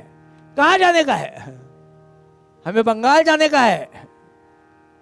बंगाल का तिकीट लेके आओ. कुठं जायचंय? अरुणिमा बंगालकडे जाण्याच्या गाडीत बसले आणि सकाळच्या वेळेला बचिंद्रपालांच्या दारात उभी हो. बचिंद्रपालांच्या. काळ येणारच आहे. काळाला तोंड कसं द्यायचं आणि काळाला सामोरं कसं जायचं याचं उत्तम दर्शन म्हणजे अरुणिमाचं चरित्र आहे. बचिंद्रपालांच्या दारात उभी आहे. गंमत अशी, बचिंद्रपाल बाहेर आल्या, समोर बघताय तिला. कोणीतरी भिकारी असं वाटावं म्हणून पटकन जावं आणि एक 10 रुपयाची नोट द्यावी. वाईट वाटलं. नहीं मुझे आपसे भीख चाहिए मगर ये नहीं चाहिए. मैं अंदर आ सकती हूँ? हाँ हाँ आ जाओ. आतमध्ये घेतलं, तिला बसायला जागा दिली, पाणी वगैरे दिलं. समोर बसल्या बचिंद्रपाल. आपको कहीं देखा है? आपका शुभ नाम? मेरा नाम अरुणिमा सिन्हा. वो वॉलीबॉल पटू जो है आप? हाँ. मुझे क्षमा करना बेटी, मुझे लगा नहीं नहीं रहने दो. मी तुमच्याकडे भीकच मागायला आली आहे, पण ही नकोय, ही नकोय. काय हवंय तुला? आणि अरुणिमा सांगतेय, तुम्ही एव्हरेस्ट सर केला असं मी ऐकलंय. भारतातली पहिली महिला तुम्ही होतात. हो मी केलाय सर. माझी एक इच्छा आहे. काय? निर्णय झाला, निर्णय झाला, सर करूया एव्हरेस्टाला. निर्णय झाला, सर करूया एव्हरेस्टाला. निर्णय झाला, सर करूया एव्हरेस्टाला. मी निश्चय केलाय, तुमच्यासारखं मी सुद्धा एव्हरेस्ट सर करणार. का? पागल है लड़की तू? तुम्हें मालूम है कितना ऊंचा है एव्हरेस्ट, कितना बड़ा है मालूम है तुझे? मला त्याच्याशी काही कर्तव्य नाही. निर्णय झाला, सर करूया एव्हरेस्टाला. खडतन मार्ग असे तेथीचा, हिमाच्छादित शीतवाऱ्याचा. पोरी रस्ता साधा नाही, खडतर मार्ग आहे. बर सगळा बर्फ आहे तिथं. वारं किती वेगाने वाहतं माहितीये तुला? साधारणपणे 200-250 किलोमीटरच्या वेगाने वारं वाहतं. आपल्याकडे सुनामी आली होती. सुनामीचा वेग किती होता? 145 ते 150 एवढाच वेग होता. पण या वाऱ्याने काय उद्ध्वस्त केलं आपण सगळ्यांनी अनुभवलंय. त्याच्यामध्ये अजून 100 एवढा वाऱ्याचा वेग एव्हरेस्ट वरती आहे. पोरी असं माणूस उडून जात, असं कडेच्या कडे कोसळतात. आजपर्यंत हजारो लोकांनी चढायचा प्रयत्न केला. त्याच्यातले बोटावरती मोजणारी लोक फक्त वरती गेली आणि फार कमी लोक वरनं पुन्हा खाली आली. बरीच माणसं वरनं खाली येताना वरतीच गेली, खालपर्यंत पोहोचलीच नाहीयेत. अतिशय अवघड मार्ग आहे तो. खडतर मार्ग असे तेथीचा, हिमाच्छादित शीतवाऱ्याचा. निर्णय झाला ठाम मनाचा, निर्णय झाला ठाम मनाचा. अरुणिमा सांगतेय, तुम्ही काही सांगा पण तरी माझ्या मनाचा निर्णय झालाय. वेडे, अगं तो पर्वत म्हणजे एक स्वरूपाचा काळ आहे, लक्षात ठेव. सगळ्यांना आपल्या उदरामध्ये घेतो असा असणारा काळ आहे तो. अरुणिमा म्हटली, मला त्या काळाला सामोरं जायचंय, मला त्या काळावरती स्वारी करायची आहे. निर्णय झाला, सर करूया एव्हरेस्टाला. बचिंद्रपालांनी तिचा असणारा तो ध्येयवाद, तिची असणारी निष्ठा आपल्या कामावरती असणारा विश्वास, स्वतःवरती असणारा विश्वास ज्या वेळेला बचिंद्रपाल पाहतायत, अरुणिमा सांगतीये, भारतातली पहिली महिला तुम्ही असाल तर जगातली पहिली अपंग महिला मी असेन, एव्हरेस्ट सर करणारी जगातली पहिली महिला असेल. तिचा तो ध्येय पाहिलं, निश्चय पाहिला आणि बचिंद्रपाल म्हटल्या, मुली तुझ्या मनाने तू एव्हरेस्टवरती कधीच पोचली आहेस, आता फक्त देहाने पोचायची बाकी आहेस. पण ते देहाने पोचायचं असेल तर श्रम घ्यायला पाहिजेत, त्याच्यासाठी कष्ट आहेत. असं बोलून चालत नाही. मला सांगा काय करायचं. परिणाम ध्येयनिष्ठा पाहोनी चकित झाल्या आणि ध्येयपूर्तीस्तव शर्थ त्याने केल्या. बचिंद्रपालांनी मुलीला घेतलं, तिथून निघाल्या, काशीला आल्या. काशीला याचं ट्रेनिंग देणारं एक मोठं सेंटर आहे, नेहरू सेंटर. या नेहरू सेंटरमध्ये बचिंद्रपालांनी अरुणिमाला आणलंय आणि ह्या मुलीला ट्रेनिंग द्या. तिच्याकडे पाहिल्यानंतर ते ट्रेनिस्ट म्हणतायत, बचिंद्रपाल आप पागल है, इसे खड़ा नहीं होना आता, ये क्या ट्रेनिंग लेगी. आणि तुम्ही म्हणता ही एव्हरेस्टवरती चढणार, तुम्ही हिला ट्रेनिंग द्या. मी सांगतेय ना, तुम्ही ट्रेनिंग द्या. खडतर शिक्षण देण्या अत्युत्तम वर्णिली असे काशी, प्रयत्न जणू तिज कथिती एव्हरेस्टा तूच एक सर करशी. राम तिला द्या शिक्षण. 8 महिन्यातलं शिक्षण आहे हा अरुणिमाचं. अरुणिमा या 2011 साली तिथं भरती झाली आहे ट्रेनिंग घ्यायला. तुम्हाला पहिल्या दिवशीच सांगतो, अरुणिमाची स्थिती, चालायचं होतं, पटपट पटपट चालायचं होतं, डोंगरावरती चालायचं होतं. अरुणिमाला तिथं घेऊन गेले, तिच्याबरोबरची अजून 10-15 माणसं आहेत. पटपट पटपट त्या डोंगरावरती चालायचं होतं. अरुणिमा आज पहिल्यांदी चालणार होती कुठलाही आधाराच्या शिवाय. सगळ्यांच्या बरोबर चालायला उभी राहिली आणि गंमत सांगतो, 2 पावलं गेली, पडली खाली. हो पडली. तिच्या बरोबरची माणसं 10 वेळेला पुढे गेली, मागे आली, पुढे गेली, मागे आली. अरुणिमाला ते अंतर काढण्यासाठी सामान्य माणसाची 2 तासामध्ये जाऊ शकली, ते जाण्यासाठी अरुणिमाला 3 दिवस लागले. 3 दिवस. पण अरुणिमाने इच्छा सोडली नाही, गेली तिथपर्यंत. 10 वेळा पडीन, 100 वेळा पडीन, पण तिथपर्यंत जाणार. अरुणिमा तिथपर्यंत गेली. लोक हसायची, लडकी घर जा, घर जा, ये तेरे में बस की काम नाही आहे. लोक तिची हेटाळणी करायची. अरुणिमा तिच्याकडे लक्ष द्यायची नाही. तिच्या लक्षावरती तिने लक्ष ठेवलंय. परिणाम 8 महिन्यातल्या ट्रेनिंगमध्ये तिला लेह लडाख सारख्या बर्फामध्ये लोळवलं गेलं, तिथं थांबवलं गेलं. इतर दिवशी ऑपरेशन झालेल्या गोष्टी त्रास देत नाही, पण थंडीमध्ये त्या त्रास देतात. अरुणिमाला मुद्दाम 8-8, 10-10, 15-15 दिवस त्या बर्फामध्ये ठेवलं गेलंय. का? कारण एव्हरेस्टचा प्रवास 1-2 दिवसाचा नाही आहे. एव्हरेस्टचा प्रवास नाही म्हणाला, 1.5 ते 2 महिन्याचा प्रवास आहे. 1.5 ते 2 महिन्याचा प्रवास. अरुणिमाला हे संपूर्ण ट्रेनिंग दिलं. आणि तुम्हाला गंमत सांगतो, आज सगळ्यांच्या बरोबर अरुणिमा चढाई करण्यासाठी म्हणून उभी आहे आणि सगळेजण मागे आहेत. अरुणिमाचा पहिला नंबर आहे. सगळ्यांच्या पुढे अरुणिमाने जावं आणि पहिला नंबर सगळ्यांच्या पुढे आहे. सगळेजण अरुणिमाला म्हणतायत, बेटी तू क्या खाती है, काय खाल्लास 8 महिन्यामध्ये म्हणून तू आमच्या सगळ्यांना मागे टाकून पुढे गेलीस. अरुणिमा काही बोलली नाही. आणि 2011ला ॲक्सिडेंट झाला. 2013ला अरुणिमाने एव्हरेस्टवरती चढाई करायचं ठरवलं. 31 मार्च ही तारीख नक्की केली आणि त्या दिवशी अरुणिमा एव्हरेस्टच्या परिसरामध्ये तिथं आहे. अर्थात हा प्रवास करण्यासाठी तिला नाही म्हणाला, बराच पैशाची गरज आहे. आणि हा सगळा पैसा समाजातनं उभं करताना ज्या लोकांनी तिची टेहाळणी केली होती, ज्या समाजाने हेटाळणी केली होती, म्हटलं त्या समाजाकडनं तिला थोडाफार पैसा मिळाला. त्यावेळेला टाटांनी खूप मोठा फायनान्स तिला प्राप्त करून दिला आणि अरुणिमा त्या प्रांतात जरा हिंटी आहे, आपल्याला जिथं चढाई करायची आहे ते कसं आहे जरा बघावं म्हणून अरुणिमाचं चाललं आहे.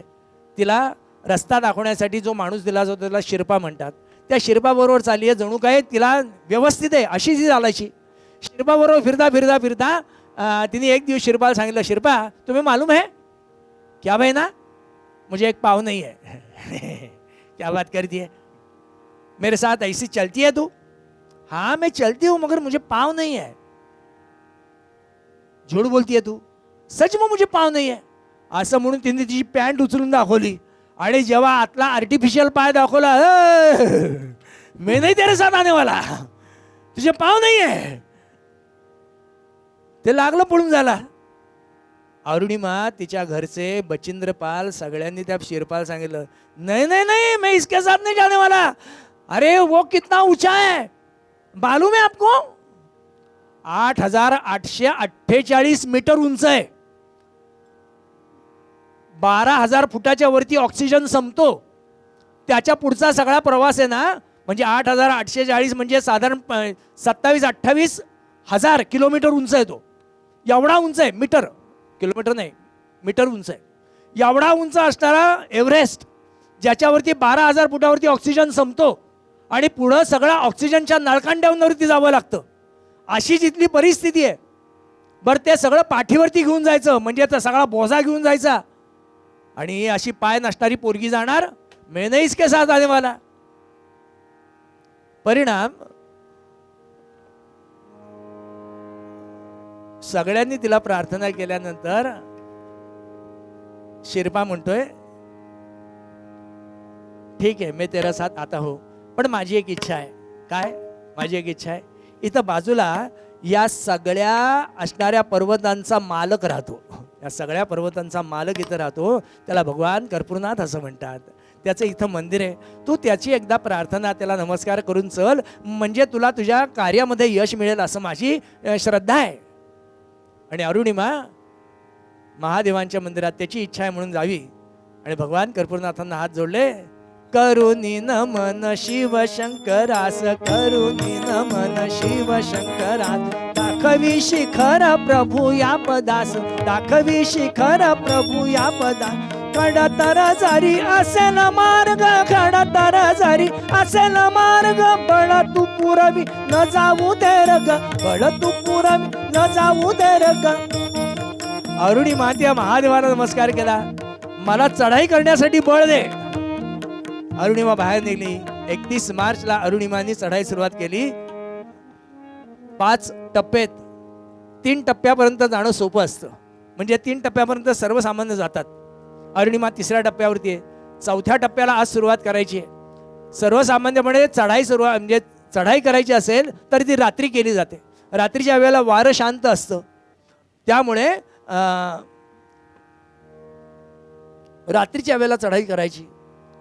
आज 3ऱ्यापासून 4थ्यापर्यंत जाण्याचा जो मार्ग होता 52 दिवसाचा प्रवास आहे. हा 1-2 दिवसाचा नाही. अरुणिमाच्या चरित्र प्रसंग हा 52 दिवसाचा प्रवास अरुणिमा करते. 31 मार्चला सुरू झालेला प्रवास आहे. अरुणिमा चालली आहे. ज्या बर्फात ना आज जायचंय तो बर्फ आता निळा आहे, थोडासा काळपट आहे. त्या बर्फात ना अरुणिमा चालली आहे, म्हणजे तो बर्फ अत्यंत कठीण असतो. बरं चालायचं असेल, पुढं जायचं असेल तर पायाने त्याच्यात खुपसायला लागतं. पायाचा खिळा खुपसायचा किंवा तिथं खड्डा करायचा, तो खड्डा करून त्याच्या पाय द्यायचा आणि पुढं जायचं, पुढं चढायचं, हे करावं लागतं. अरुणिमाचा एक पाय इंज्युअर्डच आहे, म्हणजे तो आर्टिफिशियल पाय आहे, त्यामुळे त्या पायाने तिला खड्डा करता येत नाही. दुसरा पायाचं ऑपरेशन झालं आहे, जिथं 4-5 ठिकाणी हाडं मोडलेली आहेत, पायात रॉड आहे तिच्या. त्या पायाने तिने कसा बसा तिथं खड्डा करावा, चढायला सुरुवात करावी, पाय टाकावं, वरती चढावं तर भुसभुशीत काही वेळेला असायचा. अरुणिमा खाली घसरायची, पुन्हा वरती चढावं, पुन्हा वरती सरकावं. तुम्हाला सांगतो बर्फामध्ये हात ठेवून ठेवून हातातलं पाणी गेलं सगळं. बोटं वळेनात, पाय वळेनात, अशा अवस्थेला अरुणिमा चालली आहे. थंडगार पडलेलं ते शरीर, अशा ह्याच्यात अरुणिमाची चढाई चालू आहे. मध्ये बरेच प्रसंग आहेत. अरुणिमा वरती जशी येते, तुम्हाला सांगतो 4था टप्पा पार व्हावा, 5वा टप्पा आता थोडासा राहिलाय. गंमत अशी की तिचा ऑक्सिजन संपत आलाय हो, ऑक्सिजन संपत आला. आणि अरुणिमाचा ऑक्सिजन संपत आलेला शिरपाने ओळखला आणि शिरपा सांगतो, बहिना अभी चलो नीचे जाते हैं, ऑक्सीजन खत्म होने वाला है, चलो चलो जल्दी, पुढच्या वेळेला पुन्हा ये, नक्की सर करशील, आत्ता जाऊ खाली, चल. अरुणिमाने विचार केला, लक्षात ठेवा हेही काळाचंच दर्शन आहे. हा, तुमच्या ध्येयापासून परावृत्त करणारा असतो ना, तोही काळच असतो, तोही काळच असतो. अरुणिमा त्याचे शब्द ऐकले, विचार केला काय करू काय करू. नाही, ध्येय आता समोर दिसतंय, अजून थोड्या अंतरावरती ध्येय, आणि आता मी इथून मागे फिरायचं, पुन्हा जमेल न जमेल, पुन्हा येऊ शकेल न शकेल, नाही. माझी आई मला नेहमी सांगायची, बचिंद्रपाल मला नेहमी सांगायच्या, बाळा एवढी पावलं पुढे आली आहेस, एक पाऊल टाकलं की आपलं ध्येय गाठलं जाणार आहे, एक पाऊल टाकलं की ध्येय येणार आहे, त्या एका पावलासाठी मागे फिरू नकोस. अरुणिमाने 15 मिनिटं वाट पाहिली का, कारण ज्या कड्यावरती जाणार होती अरुणिमा, वरनं एक असणारा असाच क्लाइंबर खाली कोसळला होता आणि त्याचा हातपाय तुटलेले आहेत. दगडावरती त्या बर्फांवरती असणारे त्याच्या रक्ताचे ओहळ गोठलेले आहेत. असे अनेक मुडदे अरुणिमाने पाहिलेत. अरुणिमा मनामध्ये घाबरायची, पण तरी अरुणिमा चालत होती, चालत होती. आणि आज 21 मे या दिवशी अरुणिमा सकाळी 10:55 त्या शिखरावरती शिखरावरती भगवान सूर्यनारायण तेव्हा प्रदीप्त झालेला, त्याची ती पडलेली कोवळी किरणं सगळ्या पर्वतांच्या रांगांवरती दिसत आहेत. पांढरा शुभ्र असणारा बर्फ गोल्डन दिसतोय हो, छान दिसतोय बर्फ. अरुणिमा वर्णन करती की मी तिथं गेल्यानंतर हे जे सगळं दृश्य पाहिलं, हे निसर्ग पाहिला ना, अहो खऱ्या अर्थाने मी माझे सगळे श्रम विसरून गेले. अरुणिमाने आपल्या पाठीवरती असणारा भारताचा झेंडा बाहेर काढला, त्याला काठी लावली, आणि अरुणिमाने 10:55 शिखरावरती भारताचा झेंडा रोवला आणि जोरात पुकारा केला, भारत माता की. तिथं कोणीच नव्हतं जय म्हणाला हो, जय म्हणाला कोणीच नव्हतं. पण अरुणिमाने केलेल्या ह्या खडतर परिश्रमांची दखल कोणी घेतली असेल तर या सगळ्या पर्वत रांगांनी घेतली, आणि त्या पर्वत रांगातनं आवाज येतोय, जय जय जय. त्या पर्वत रांगातनं आवाज येतोय. अरुणिमाचं पुलकित झालेलं ते शरीर, शिरपा बघतोय अरुणिमाला, चलो चलो जल्दी, चलो जल्दी, ऑक्सीजन खत्म होने वाला है, अरुणिमा चलो जल्दी. अरुणिमाच्या लक्षात आलं आपला ऑक्सीजन संपणार आहे. भैया एक काम करते हो, मेरा फोटो खींचो ना. पागल है, अभी नीचे जाते हैं. त्यांनी पटकन फोटो काढला. अरुणिमा म्हटली, अभी और एक करना क्या, मेरा थोड़ा सा वीडियो बनाना. अरे तू मरने वाली है और वीडियो क्या बनाती है. अरुणिमाचं वाक्य आहे. त्या क्षणाला मला असं वाटलं होतं की ऑक्सिजन संपला तर मी खालपर्यंत जाणार नाही, कारण वरती चढाई करणं सोपं असतं, उतरणं अवघड असतं. त्यामुळे मी खाली जाऊ शकणार नाही. उद्या जर मी खाली पोचले नाही तर माझ्या भारतवासीय लोकांना मला एक संदेश द्यायचा आहे. तुमच्या देहाच्या ठिकाणी असणाऱ्या कमतरतेला म्हटलं, वेदनांनी कुरवाळत न बसता त्याच्यावरती कुरघोडी करा, आलेल्या शासन करा, आलेल्या वेदनांवरती मात करा. उद्याचा भविष्यकाळ तुमचा सोनेरी असेल. मला अशा स्वरूपाचं भाषण रेकॉर्ड करायचं आहे. तो तिला सांगतोय, बहिना चलो. अरुणिमा निघाली.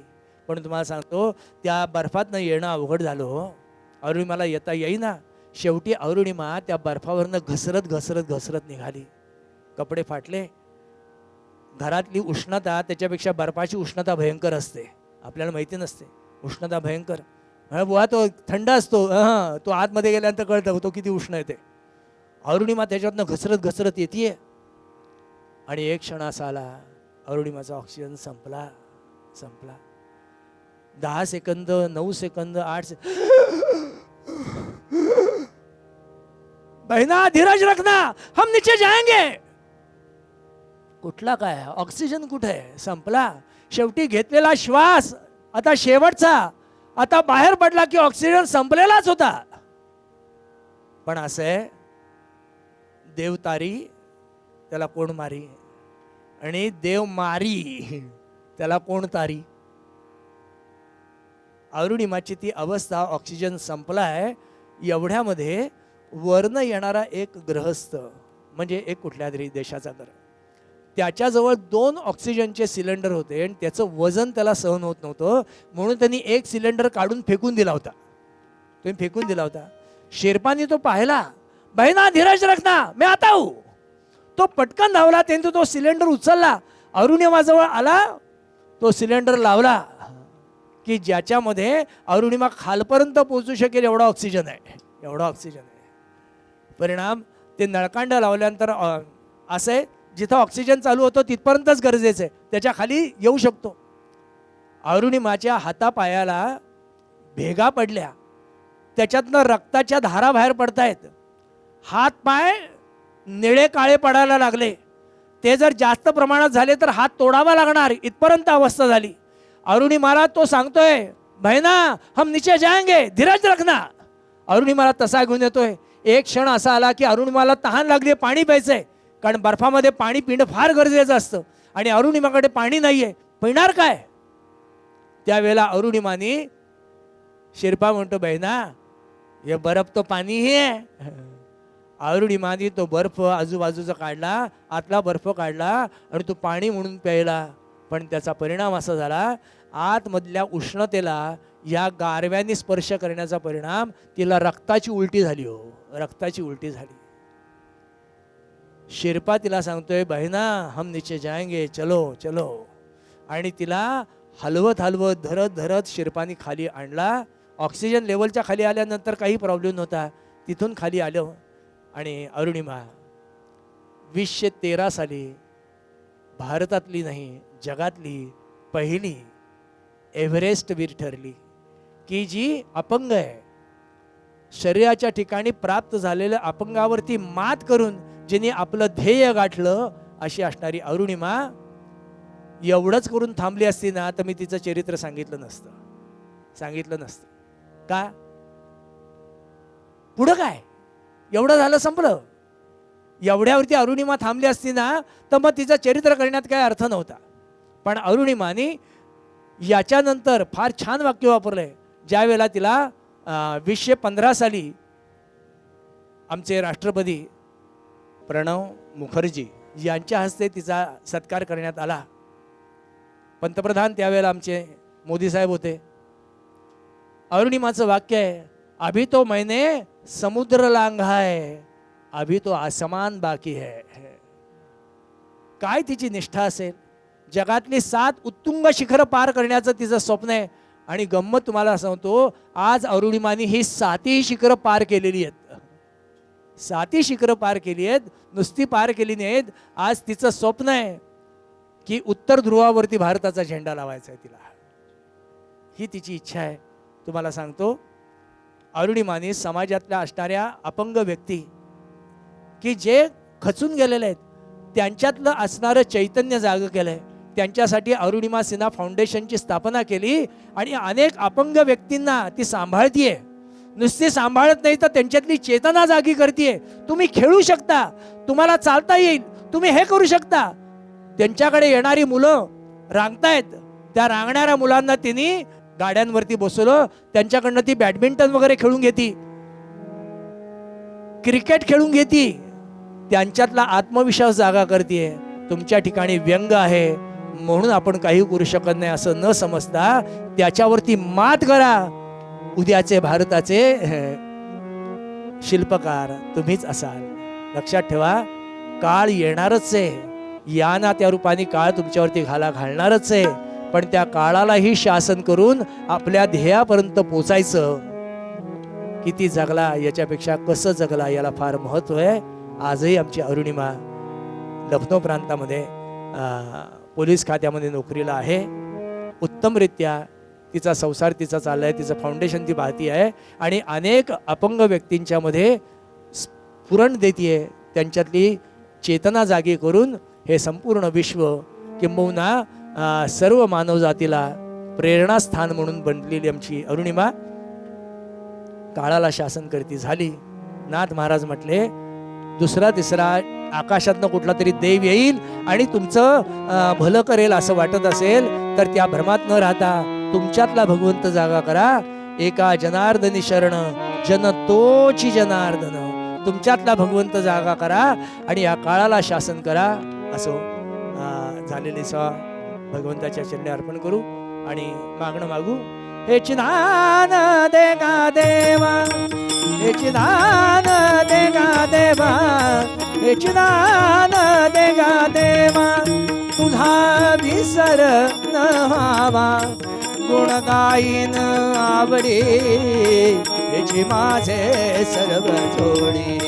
नलगे मुक्ती धन संपदा संत संग देई सदा, तुका म्हणे गर्भवासी सुखे घालावे आम्हासी. हे चिदान देगा देवा, देगा देवा, देगा देवा. कुंडलिक वरदा हरी विठ्ठल श्री ज्ञानदेव तुकाराम पंढरीनाथ महाराज की जय. भारत माता की जय. जय जय रघुवीर समर्थ. हे कीर्तन आपल्याला कसं वाटलं आपला अभिप्राय जरूर कळवा. हे कीर्तन लाईक करा, शेअर करा. अधिकाधिक लोकांपर्यंत ही कीर्तनाची परंपरा पोहोचण्यासाठी आम्हाला सहकार्य करा. कीर्तन विश्व हे यूट्यूब चॅनल गेली 4 वर्ष अव्याहतपणे सुरू आहे. आपल्या सर्वांच्या मदतीनं सहकार्यानं कीर्तन विश्व यूट्यूब चॅनल अधिकाधिक लोकांपर्यंत पोहोचत आहे, लोकप्रिय होत आहे. मी आपल्या सगळ्यांना विनंती करतो की आपल्या क्षमतेप्रमाणे आपण प्रत्येकानं किमान एक तरी कीर्तन प्रायोजित करा. 61 साजरी करत असताना, 75 साजरी करत असताना, घरात नवीन बाळाचा जन्म झालाय, बारसं झालंय, कुठल्या तरी निमित्तानं कुलदेवताचे आशीर्वाद आपल्याला प्राप्त व्हावे अशा वेगवेगळ्या निमित्तानं एक तरी कीर्तन प्रायोजित करा आणि या कीर्तन विश्व प्रकल्पाला सहकार्य करा. हे एक ईश्वरी कार्य आहे.